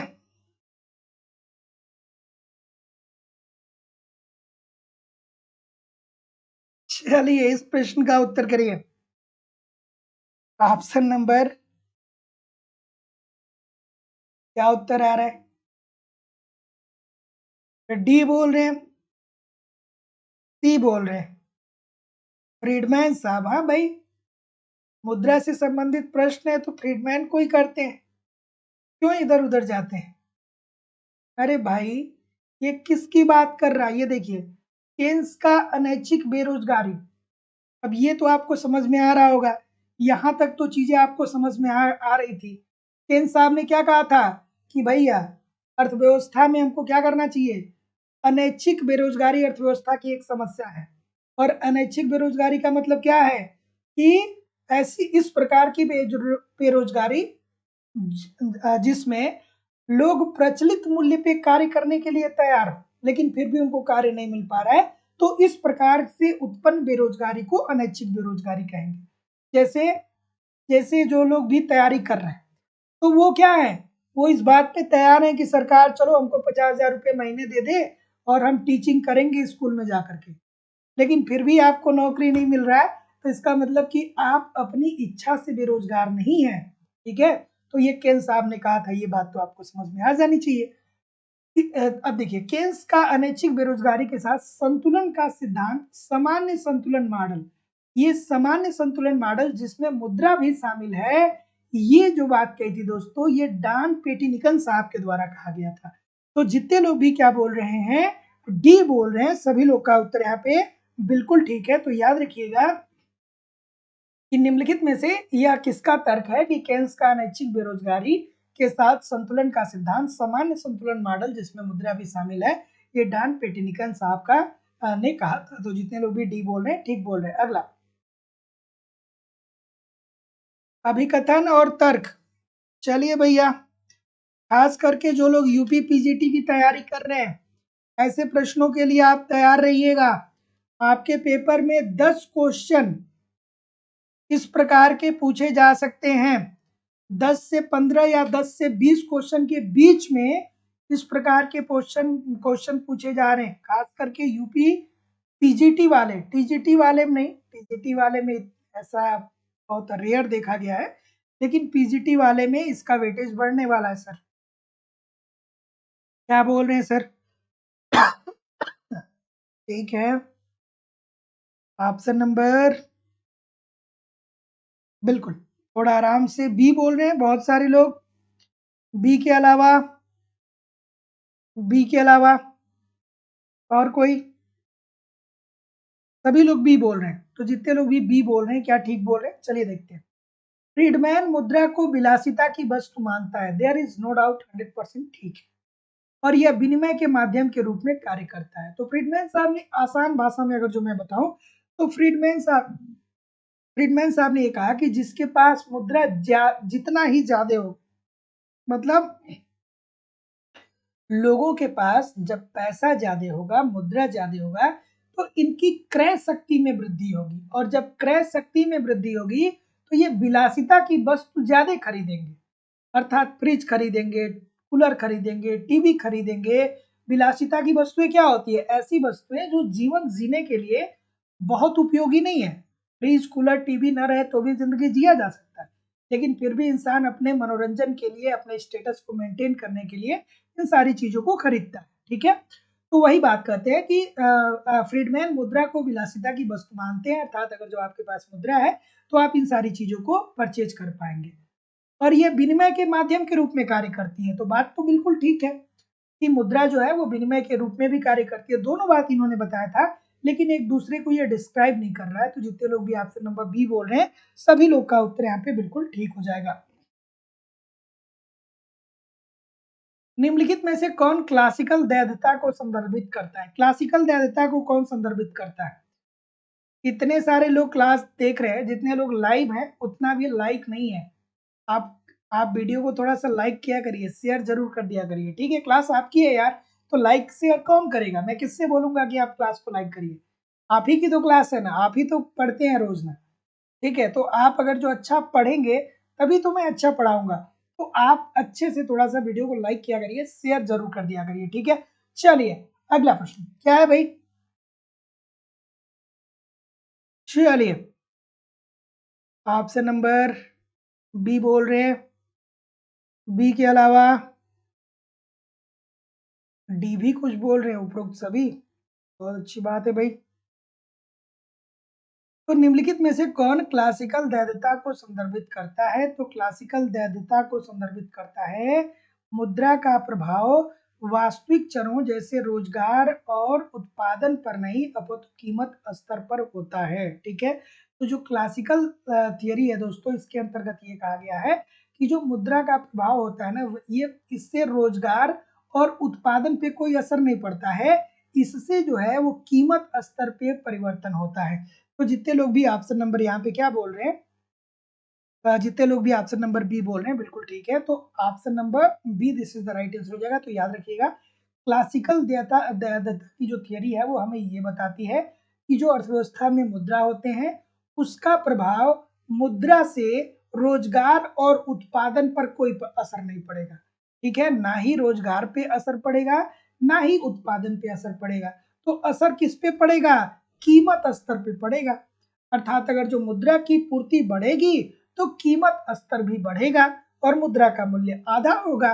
फिर फिशर साहब याद आ जाने चाहिए। तो देखिए, अगर जो आप मुद्रा का कॉन्सेप्ट पढ़ रहे हैं और अगर जो आपको फिशर की थियरी नहीं पता है, तो आप मुद्रा कुछ भी नहीं सीख पाएंगे। मुद्रा पढ़ना, मुद्रा जो समझना बच्चों का खेल है, लेकिन उसके लिए पहले आपको फिशर का MB is equal to PT पता होना चाहिए। MB is equal to PT छोटी सी बात बताता है कि अर्थव्यवस्था में अगर जो मुद्रा की पूर्ति बढ़ेगी, मुद्रा की पूर्ति मतलब नोट सिक्के जो हम लोग यूज करते हैं, ये बढ़ेगा तो लोगों की क्रय शक्ति बढ़ेगी। क्रय शक्ति बढ़ेगी तो जब आपके पास ज्यादा पैसा होगा तो आप ज्यादा मांग करेंगे। जब मांग करेंगे तो कीमतों में क्या हो जाएगी, वृद्धि हो जाएगी। और जब कीमत बढ़ जाएगा तो मुद्रा का मूल्य आधा हो जाएगा। ये बात आपको समझ में आना चाहिए। अगर जो ये बात समझ में आ रहा है तो मुद्रा का सारा कॉन्सेप्ट आप क्लियर कर पाएंगे, नहीं आ रहा है तो फिर पढ़ते रह जाएंगे, ठीक है। और जितने लोग भी एप्लीकेशन पे क्लास लिए हैं आप ईमानदारी से पढ़िए, सारी चीजें आपको सिंपल सटीक साधारण भाषा में पढ़ाई गई है, ठीक है।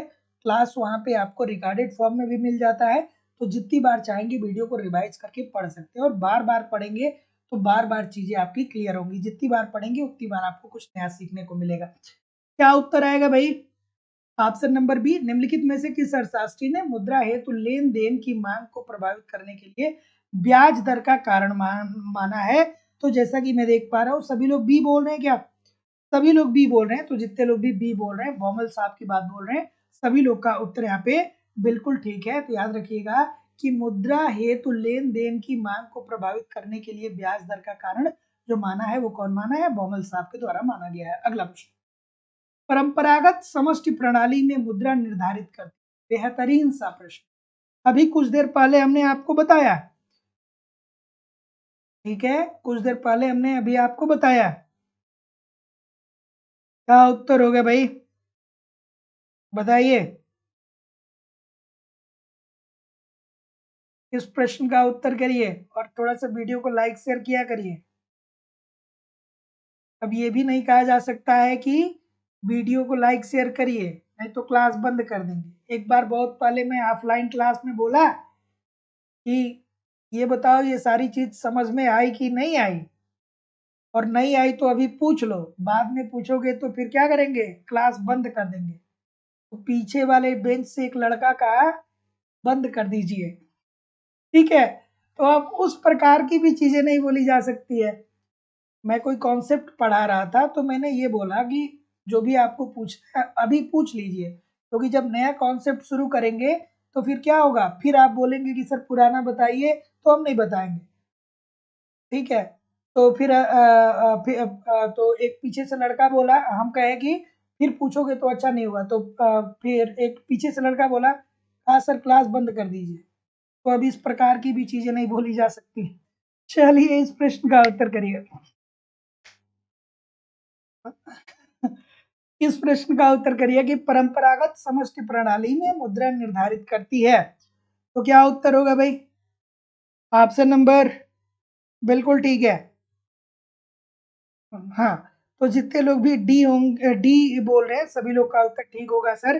क्योंकि जो परंपरागत अर्थशास्त्री थे इनका क्या कहना था, इनका ये कहना था कि मुद्रा जो है वो क्या है, मुद्रा जो है वो विनिमय का माध्यम है, विनिमय का माध्यम है, ठीक है। जब आप क्लासिकल अर्थशास्त्रियों को पढ़े होंगे तो वहां पे पढ़े होंगे, इन्होंने ये कहा कि मुद्रा जो है वो केवल और केवल विनिमय का कार्य करता है। तो जितने लोग भी क्या बोल रहे हैं कि सर जी ना तो ये रोजगार को प्रभावित करेगा ना ही उत्पादन को, तो जितने लोग भी क्या बोल रहे हैं, ए और बी सभी लोग का उत्तर यहाँ पे बिल्कुल ठीक हो जाएगा।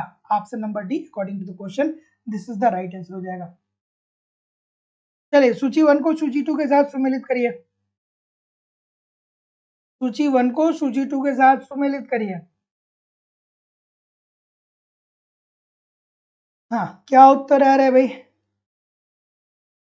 ऐसे प्रश्न जो होते हैं वो एक प्रश्न पक्का आपके पेपर में पूछे जाते हैं। ऐसे प्रश्न एक ठो पक्का आपके पेपर में पूछे जाते हैं, एक बात समझ लीजिएगा, उसी हिसाब से इस प्रश्न को करिएगा कि मुद्रा की मांग स्थिर है, ये बात किसने कही थी?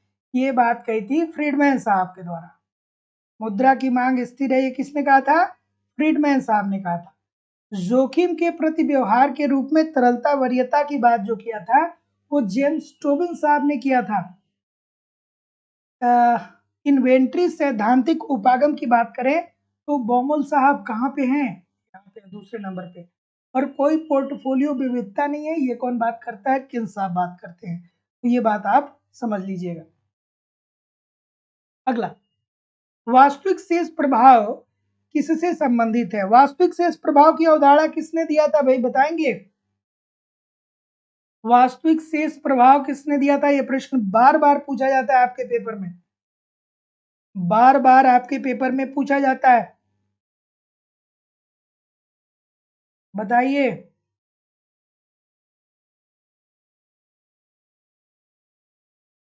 चलिए बताइए आराम से इस प्रश्न का उत्तर।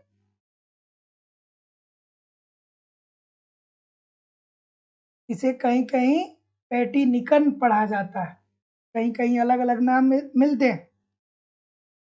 चलिए चलिए इस प्रश्न का उत्तर करिए सर। पैटिनिकन साहब ने वास्तविक शेष प्रभाव दिया था। क्या कहा था? कहा था कि जनता के पास अलग अलग नगद शेष के मूल्य में परिवर्तन से अर्थव्यवस्था पे किस प्रकार के प्रभाव उत्पन्न होते हैं। अर्थात जनता के पास जो नगद शेष है, इस नगद शेष के मूल्य में जब परिवर्तन होता है तो अर्थव्यवस्था पे किस प्रकार का प्रभाव देखने को मिलता है। जैसे आप जैसे मान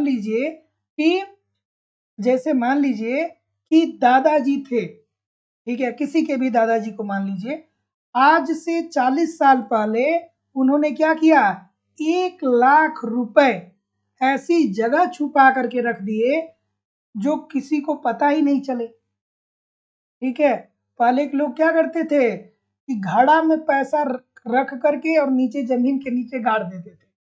ठीक है, और कोई आकस्मिक अगर जो निधन हो गया तो फिर वो पैसा नीचे क्या नीचे ही रह जाता था।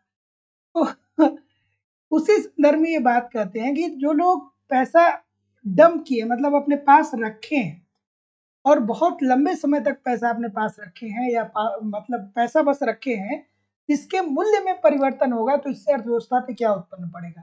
तो आज से 40 साल पहले 1 लाख रुपए बहुत बड़ा अमाउंट होता था। 1 लाख रुपए में लोगों की शादी हो जाया करती थी। 1 लाख बहुत ज्यादा मैंने बोल दिया, 20,000, 30,000, 40,000, 50,000 में अधिकतम लोग की शादी हो जाया करती थी आज से 40 साल पहले। लेकिन अब 1 लाख रुपए कुछ नहीं है।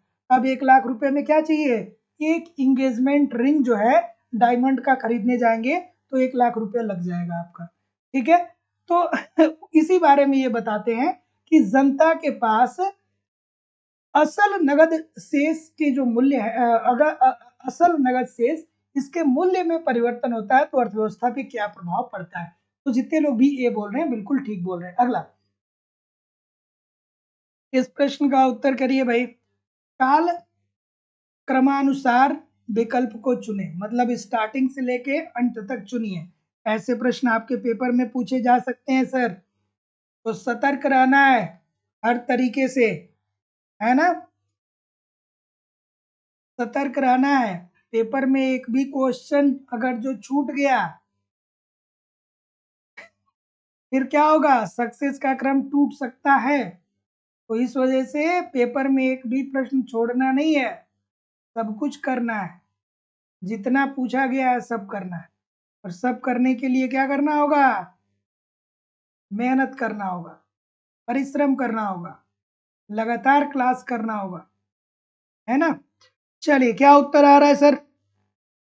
बिल्कुल ठीक है, बिल्कुल ठीक है, बिल्कुल ठीक है। तो देखिए दोस्तों, सबसे पहले हम लोग फिशर के ही समीकरण को पढ़ते हैं ना। सबसे पहले हम लोग फिशर के समीकरण को पढ़ते हैं, और फिशर साहब ने M B is equal to P T कब दिया था, 1911 में दिया था। बेसबेल उपागम की बात करें तो ये आते हैं दोस्तों 1917 में।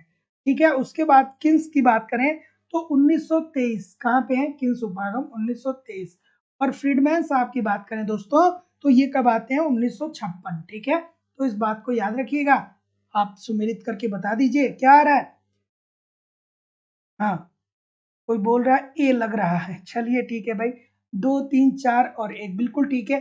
अब अगर जो क्लास करेंगे तो आप एग्जामिनेशन की सच्चाई को समझ पाएंगे, किस प्रकार के भी प्रश्न पूछे जाएंगे। और जो नहीं क्लास करेगा, जो नहीं निरंतर पढ़ेगा, मैं गारंटी दे रहा हूं कि एग्जामिनेशन हॉल में 99% लोग ऐसे होंगे जो उस प्रकार के प्रश्न नहीं कर पाएंगे, 99%। और जो लोग क्लास कर रहे हैं, निरंतर प्रयास कर रहे हैं, उनके दिमाग में है कि ऐसा पूछा जा सकता है, उसके लिए वो तैयारी कर लेंगे। तो आप उस प्रकार के प्रश्नों को अगर जो ठीक कर रहे हैं, तो मतलब आप 50,000 लोग, 1 लाख लोग से आगे हो जाएंगे कंपटीशन में। ठीक है, यही कंपटीशन है। जो कोई नहीं करे वो भी करना है, और जो सब लोग कर रहे हैं वो भी करना है। चलिए, क्या उत्तर आ गई भाई? कि मुद्रा का परिमाण सिद्धांत सबसे पहले प्रतिपादित किया गया था। ये तो सबको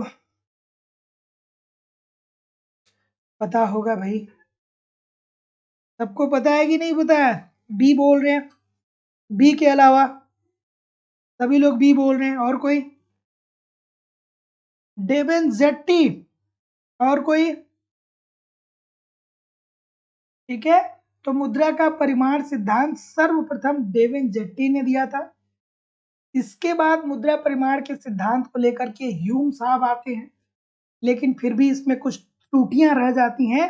उसके बाद दोस्तों, इसको और अधिक वैज्ञानिक स्वरूप देने का कार्य एडम स्मिथ, जेएस मिल, ठीक है, फिशर फिशर साहब, ठीक है, मार्शल साहब, इन लोगों ने इसको वैज्ञानिक रूप में प्रस्तुत किया। तो जितने लोग भी बी बोल रहे हैं, ठीक बोल रहे हैं। अगला, अर्थव्यवस्था में बचत दर 21% वार्षिक तथा पूंजी उत्पाद अनुपात 2 संबंधी 1 हो तो अधिकतम आय वृद्धि दर होगी। अब इस प्रकार के प्रश्न जो लोग नहीं नहीं पढ़ेंगे, है बहुत आसान, एक लाइन का प्रश्न, नहीं पढ़ेंगे तो कैसे पेपर में कर पाएंगे? और ये पेपर में आया है, 10 में से 5 बार ये प्रश्न पूछा गया। चलिए बताइए, तो आय वृद्धि दर पूछ रहा है। आय वृद्धि दर इज इक्वल टू क्या होता है भैया? एस अपान जी होता है। एस जो होता है वो क्या होता है? बचत होता है। और जी क्या होता है? पूंजी उत्पाद अनुपात होता है। तो जी का मान कितना दिया गया है? 2 दिया गया है। 2 दिया गया है ना। और बचत कितना दिया गया है? 21 दिया गया है। तो 21/2 करेंगे तो कितना आ जाएगा? 10.5 आ जाएगा। 10.5%। तो जितने लोग भी बी बोल रहे हैं, सभी लोग का उत्तर यहाँ पे बिल्कुल ठीक होने वाला है। अगला प्रश्न, कि मुद्रा के परिमाण में परिवर्तन किसी भी परिस्थिति में ब्याज दर में परिवर्तन नहीं कर पाता है। ये विचार किस अर्थशास्त्री के द्वारा दिया गया? बढ़िया सा प्रश्न है। और दोस्तों, अगर जो आपने अभी तक लाइव स्टडी इलाहाबाद के मोबाइल एप्लीकेशन पे इकोनॉमिक्स के कॉन्सेप्ट की क्लास नहीं ज्वाइन की है तो जरूर ज्वाइन करिए। वहां पे आपके सिलेबस के अनुसार सारे कॉन्सेप्ट सिंपल, सटीक, साधारण भाषा में पढ़ाए जा रहे हैं। कंप्लीट आपको नोट्स दिए जा रहे हैं। टेस्ट सीरीज, प्रीवियस ईयर के क्वेश्चन पेपर और करंट सब कुछ मिल रहा है। बस आप ईमानदारी से वहां पे फॉलो करते रहिए, यूट्यूब पर प्रैक्टिस करते रहिए। कहीं भी इधर उधर से कुछ भी कलेक्ट करने की जरूरत नहीं होगी। सारे बैच उपलब्ध हैं। Uttar Pradesh TGT PGT, Bihar TGT PGT, Jharkhand TGT, Madhya Pradesh state, Madhya Pradesh state, सारे बैच उपलब्ध है। एडमिशन फीस केवल 2,000 रुपये है, लाइफ टाइम की वैलिडिटी के साथ। आपको इस नंबर पे फीस पेमेंट करना होगा, गूगल पे, फोन पे या पेटीएम के माध्यम से, और उसका स्क्रीनशॉट आपको इसी व्हाट्सएप नंबर पे सेंड करना होगा। या आप डिस्क्रिप्शन बॉक्स में जाइए, एप्लीकेशन का लिंक दिया गया, एप्लीकेशन को डाउनलोड करके डायरेक्ट भी कोर्स को परचेज कर सकते हैं। तो जैसा कि मैं देख पा रहा हूँ, आप क्या बोल रहे हैं सर? ब्याज का तरलता अधिमान सिद्धांत। देखिए कितना बच्चों वाला प्रश्न है कि नहीं है? किसने दिया था? किन्स साहब ने। किन्स साहब ने क्या कहा था? कि देखिए भैया, अगर जो अर्थव्यवस्था में मुद्रा की पूर्ति बढ़ेगी तो एक निश्चित स्तर तक ब्याज में कमी आएगी, ब्याज के दर में कमी आएगी, लेकिन एक स्तर के बाद ब्याज की दर और नहीं गिर पाएगी। जिससे क्या बोला था उन्होंने? तरलता जाल कहा था। तो जितने लोग भी ऑप्शन नंबर ए बोल रहे हैं, सभी लोग का उत्तर यहाँ पे बिल्कुल ठीक हो जाएगा। अगला, मुद्रा एक परिसंपत्ति है, इसकी मांग दूसरी परिसंपत्तियों के मांग के साथ ही निर्धारित होती है। चलिए भाई बताइए, मुद्रा एक परिसंपत्ति है, इसकी मांग दूसरी परिसंपत्तियों के मांग के साथ ही निर्धारित होती है। बढ़िया सा प्रश्न है सर, बिल्कुल ठीक है, बिल्कुल ठीक है, बिल्कुल ठीक है, बिल्कुल ठीक है। ऑप्शन नंबर, अब देखिए बहुत सारे लोग, पता है मुझे, जहां भी मुद्रा देखेंगे वहां सीधे फ्रीडमैन को लाइए। फ्रीडमैन किस विश्वविद्यालय से संबंधित हैं? किस विश्वविद्यालय से संबंधित हैं? मौद्रिक अर्थशास्त्रियों को और किस नाम से जाना जाता है? बताइए, इकोनॉमिक्स पढ़े हैं तो। ठीक है, तो जितने लोग भी ऑप्शन नंबर क्या बोल रहे हैं, सी बोल रहे हैं, बिल्कुल ठीक बोल रहे हैं। Option number C according to the question this is the right answer हो जाएगा। तो मुद्रा एक परिसंपत्ति है जिसकी मांग दूसरी परिसंपत्तियों के मांग के साथ ही क्या होती है दोस्तों, निर्धारित होती है। तो ऑप्शन नंबर सी बिल्कुल ठीक हो जाएगा। अगला, अर्थव्यवस्था में अंतर क्षेत्रीय व्यापार शर्त का संबंध किससे है? अंतर क्षेत्रीय, अंतरराष्ट्रीय नहीं, अंतर क्षेत्रीय मतलब एक अर्थव्यवस्था के अंदर, जैसे भारतीय अर्थव्यवस्था है तो अंतर क्षेत्रीय मतलब एक क्षेत्र से दूसरे क्षेत्र की बात हो रही है।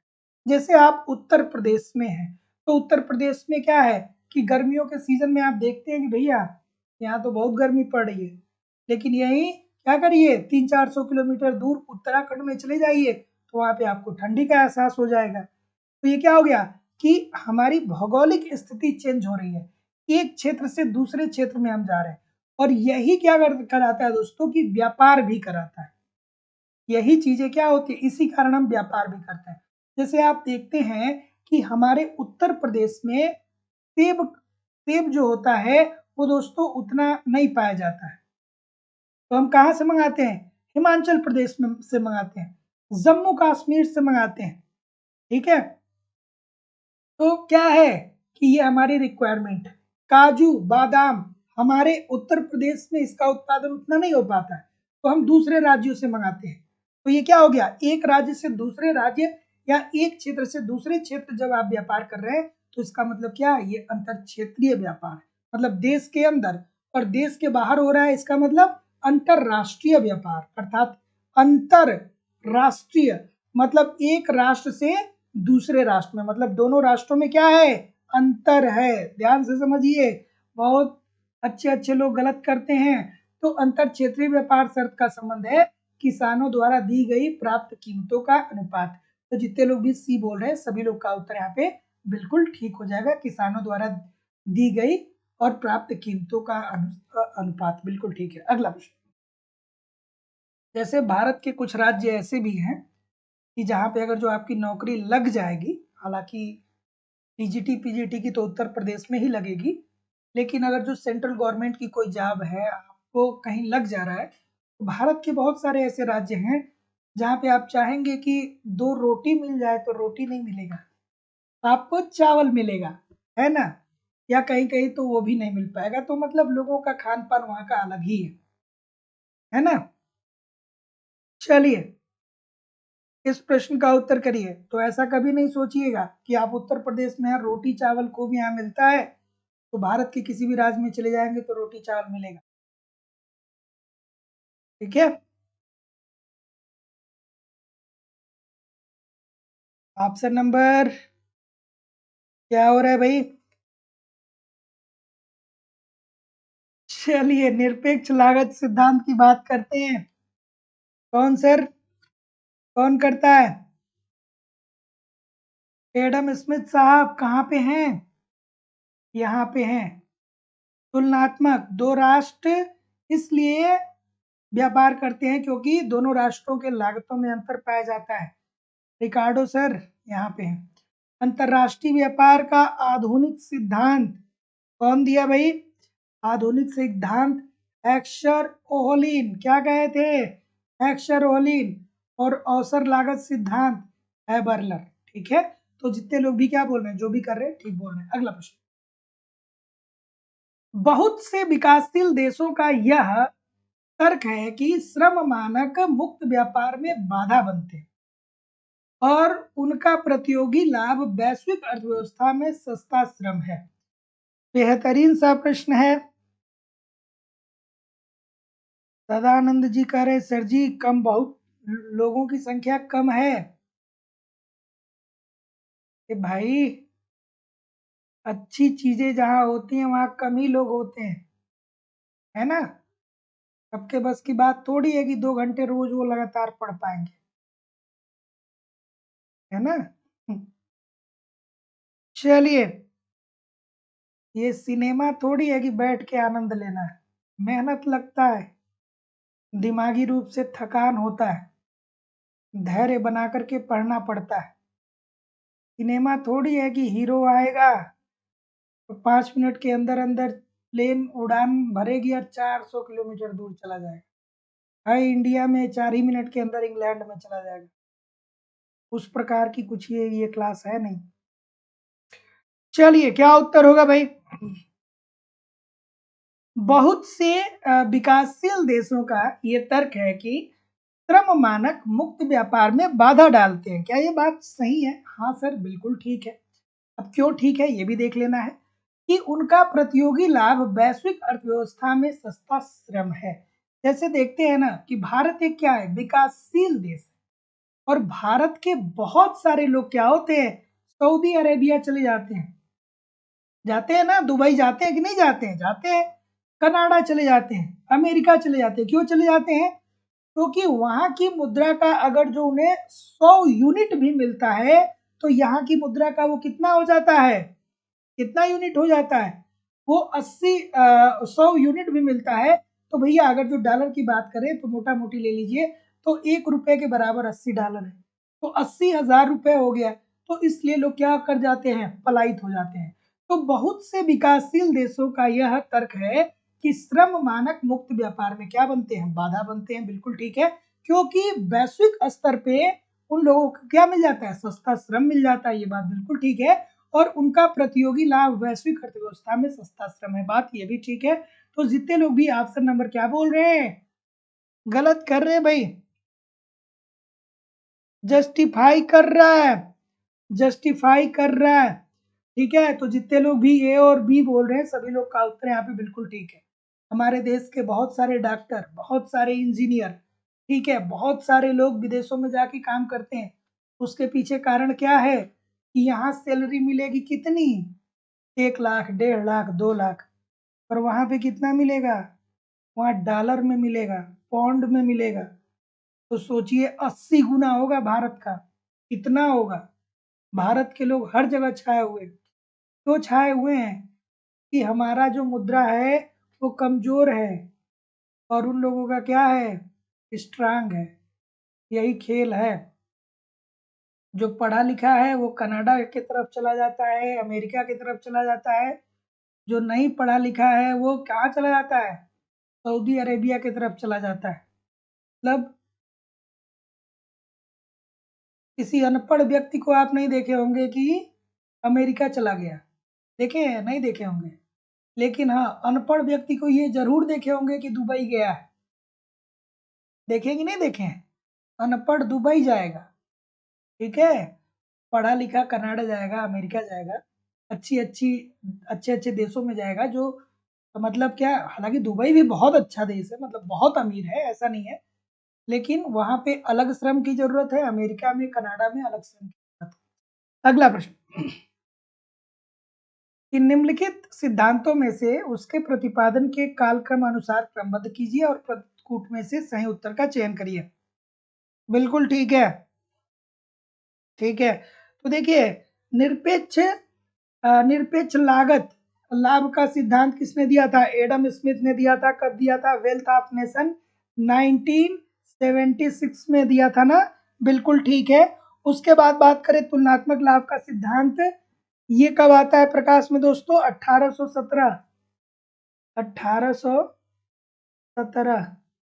लियोन्ती विरोधाभास की बात करें तो ये आता है 1951 के अंतर्गत। और साधन प्रचुरता सिद्धांत ये किसने दिया था, हेक्सर ओलिन साहब ने 1999 में। ठीक है, तो क्या उत्तर आएगा सर, सी होगा ना। तो जितने लोग भी सी बोल रहे हैं बिल्कुल ठीक बोल रहे हैं। अगला चलिए, अभिकथन और तर्क।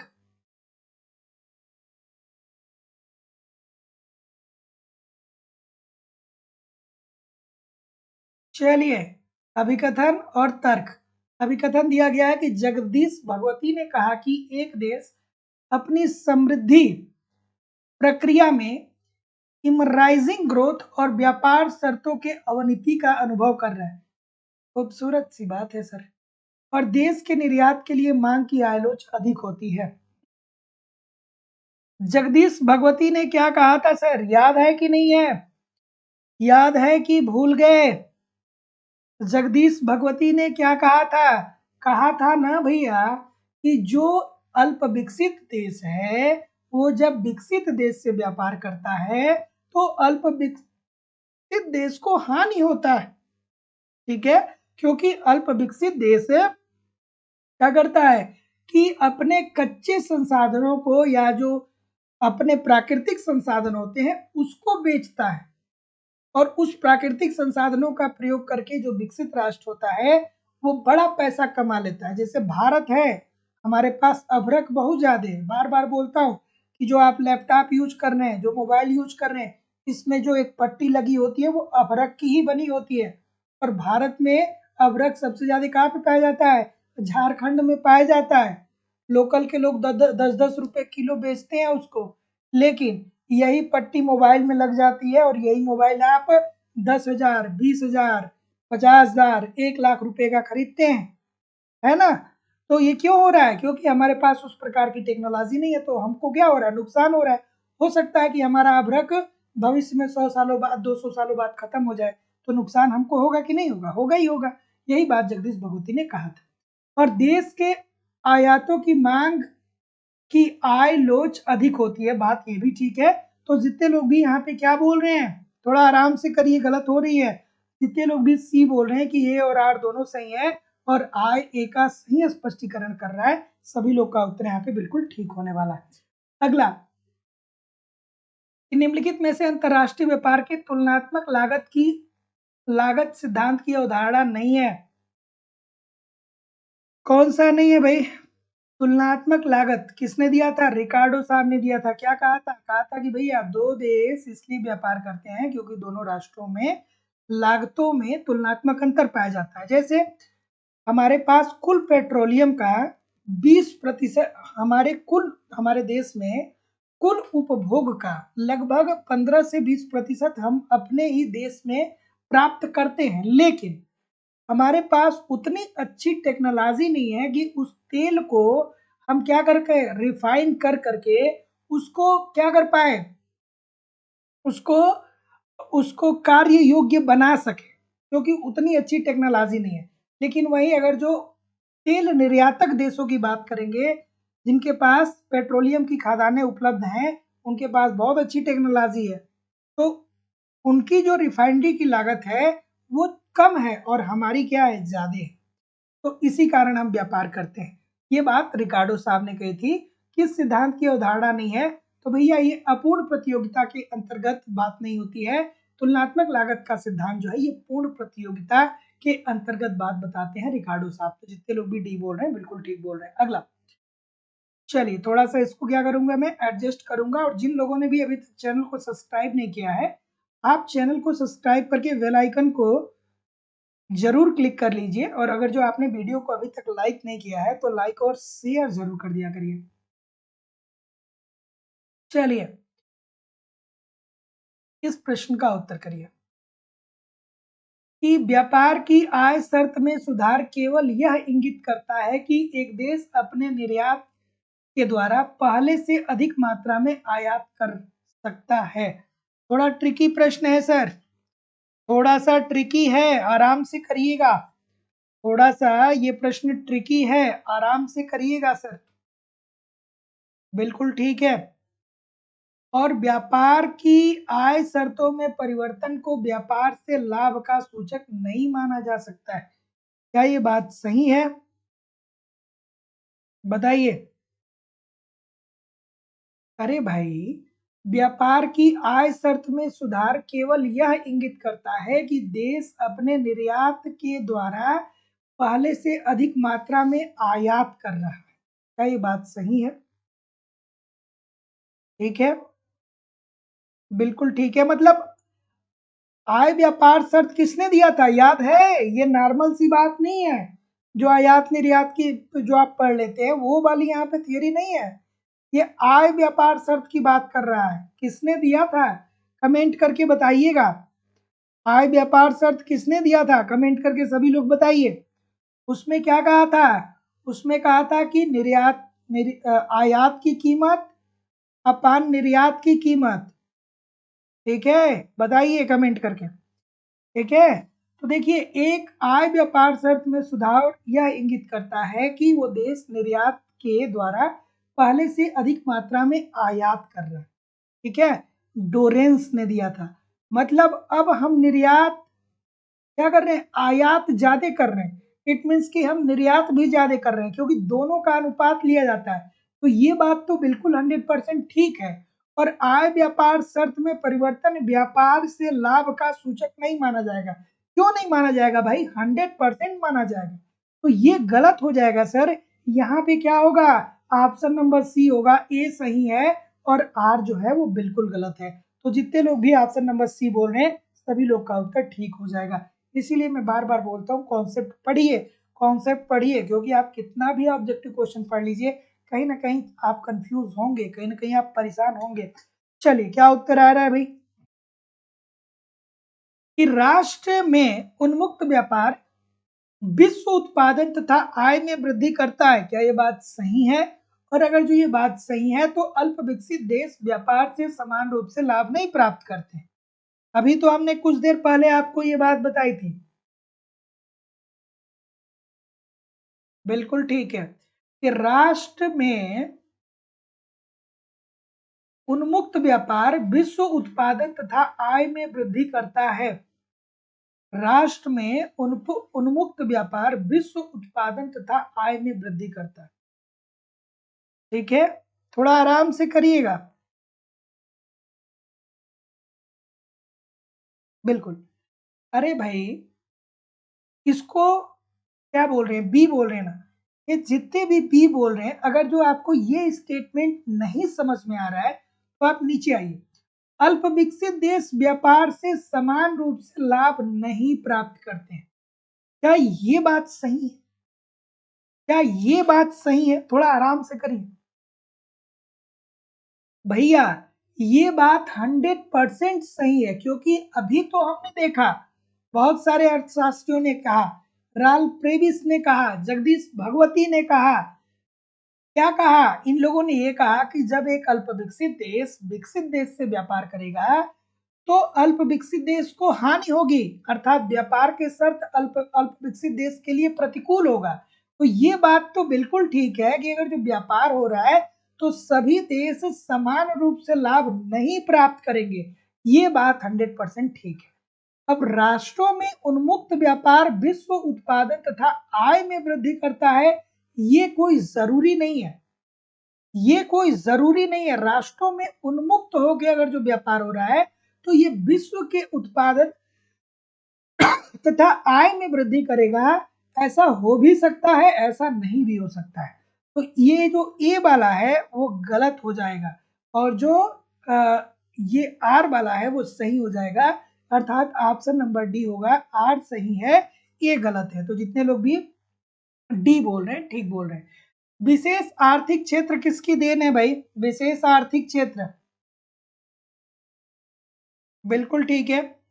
विशेष आर्थिक क्षेत्र तो दोस्तों आपको सभी लोग को पता ही होगा कि नई आर्थिक नीति के अंतर्गत विशेष आर्थिक क्षेत्र का प्रावधान किया गया था, जिसमें क्या हुआ था, जिसमें ये हुआ था कि हम अपने निर्यात को और कैसे सुगम बना सके। ठीक है, see this is the right answer हो जाएगा। अगला, आयात की औसत प्रवृत्ति का फार्मूला क्या होता है? ठीक है, आयात की औसत प्रवृत्ति क्या होती है भाई?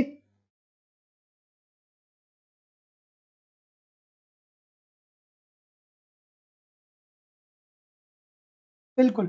तो जितने लोग भी क्या बोल रहे हैं कि देखिए सर, कुल आयात अपान समग्र राष्ट्रीय आय, सभी लोग का उत्तर यहाँ पे बिल्कुल ठीक हो जाएगा, है ना। तो जितने लोग भी ये बोल रहे हैं सभी लोग का उत्तर यहाँ पे बिल्कुल ठीक हो जाएगा कि कुल आयात समग्र राष्ट्रीय आय का अनुपात आय की औसत प्रवृत्ति कहलाता है। ठीक है, ये आय की औसत प्रवृत्ति बोल रहा है। ठीक है, तो जितने लोग भी ए बोल रहे हैं ठीक बोल रहे हैं। अगला, आगे कहीं भी कोई प्रश्न नहीं है, लेकिन आप कहीं भी जाइएगा नहीं, कमेंट करके बताइए कि कितने प्रतिशत आपके प्रश्न सही हुए।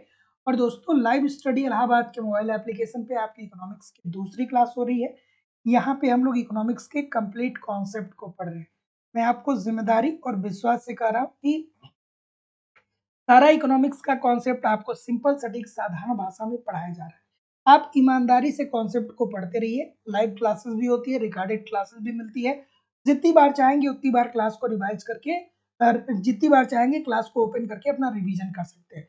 फिर आपको नोट्स भी मिलता है, नोट्स पढ़िए, ठीक है, ताकि एक तरफ कॉन्सेप्ट क्लियर होता रहे, दूसरी तरफ से रिवीजन होता रहे। टेस्ट सीरीज दिया जा रहा है, समय समय पे टेस्ट दीजिए, देखिए कि कैसी तैयारी चल रही है, कहाँ पे गलत हो रहा है प्रश्न, क्या अंतरराष्ट्रीय व्यापार में गलत हो रहा है, क्या भारतीय अर्थव्यवस्था में गलत हो रहा है, क्या समष्टि अर्थशास्त्र में गलत हो रहा है, क्या व्यष्टि अर्थशास्त्र में गलत हो रहा है, क्या मुद्रा एवं बैंकिंग में गलत हो रहा है।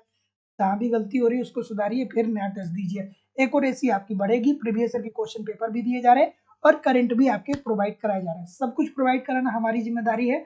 Uttar Pradesh TGT PGT, Bihar TGT PGT, Bihar TGT, Madhya Pradesh state, Madhya Pradesh SET, LT grade, GIC lecturer, UGC NET, Uttarakhand lecturer, Uttarakhand LT, सबका बैच अलग अलग चल रहा है, एडमिशन ओपन है। एडमिशन की बात करें तो Madhya Pradesh state, Madhya Pradesh SET, UGC NET assistant professor की फीस 2500 रुपये है। Uttar Pradesh TGT PGT, Jharkhand TGT PGT, Bihar TGT, Uttarakhand lecturer और अन्य परीक्षाओं की फीस 2000 रुपये है। वन टाइम आपको फीस पेमेंट करना है, लाइफ टाइम की वैलिडिटी आपको मिलती है। इट मीन जब तक आपका सिलेक्शन नहीं हो जाता है तब तक आप हमारे साथ पढ़ सकते हैं, सारे कंटेंट हमारे द्वारा प्रोवाइड कराए जाएंगे। तो एडमिशन लेने के लिए आपको फीस इस नंबर पे पेमेंट करना होगा, 9415 863 873 पे, और इसका स्क्रीनशॉट आपको इसी व्हाट्सएप नंबर पे सेंड करना होगा। कोई भी इंक्वायरी होगा तो नीचे दिए गए नंबर पे कॉल कर सकते हैं या इसी नंबर पे कॉल कर सकते हैं या व्हाट्सएप मैसेज कर सकते हैं, या आप क्या करिए डिस्क्रिप्शन बॉक्स में जाइए, एप्लीकेशन का लिंक दिया गया है, एप्लीकेशन को डाउनलोड करके डायरेक्ट भी कोर्स को परचेज कर सकते हैं। Thank you very much everybody. मिलते हैं कल शाम को 7 बजे एक नए उत्साह नए एनर्जी के साथ। जाते जाते वीडियो को लाइक करते हुए जाइए, शेयर करते हुए जाइए। तब तक के लिए दोस्तों नमस्कार, धन्यवाद।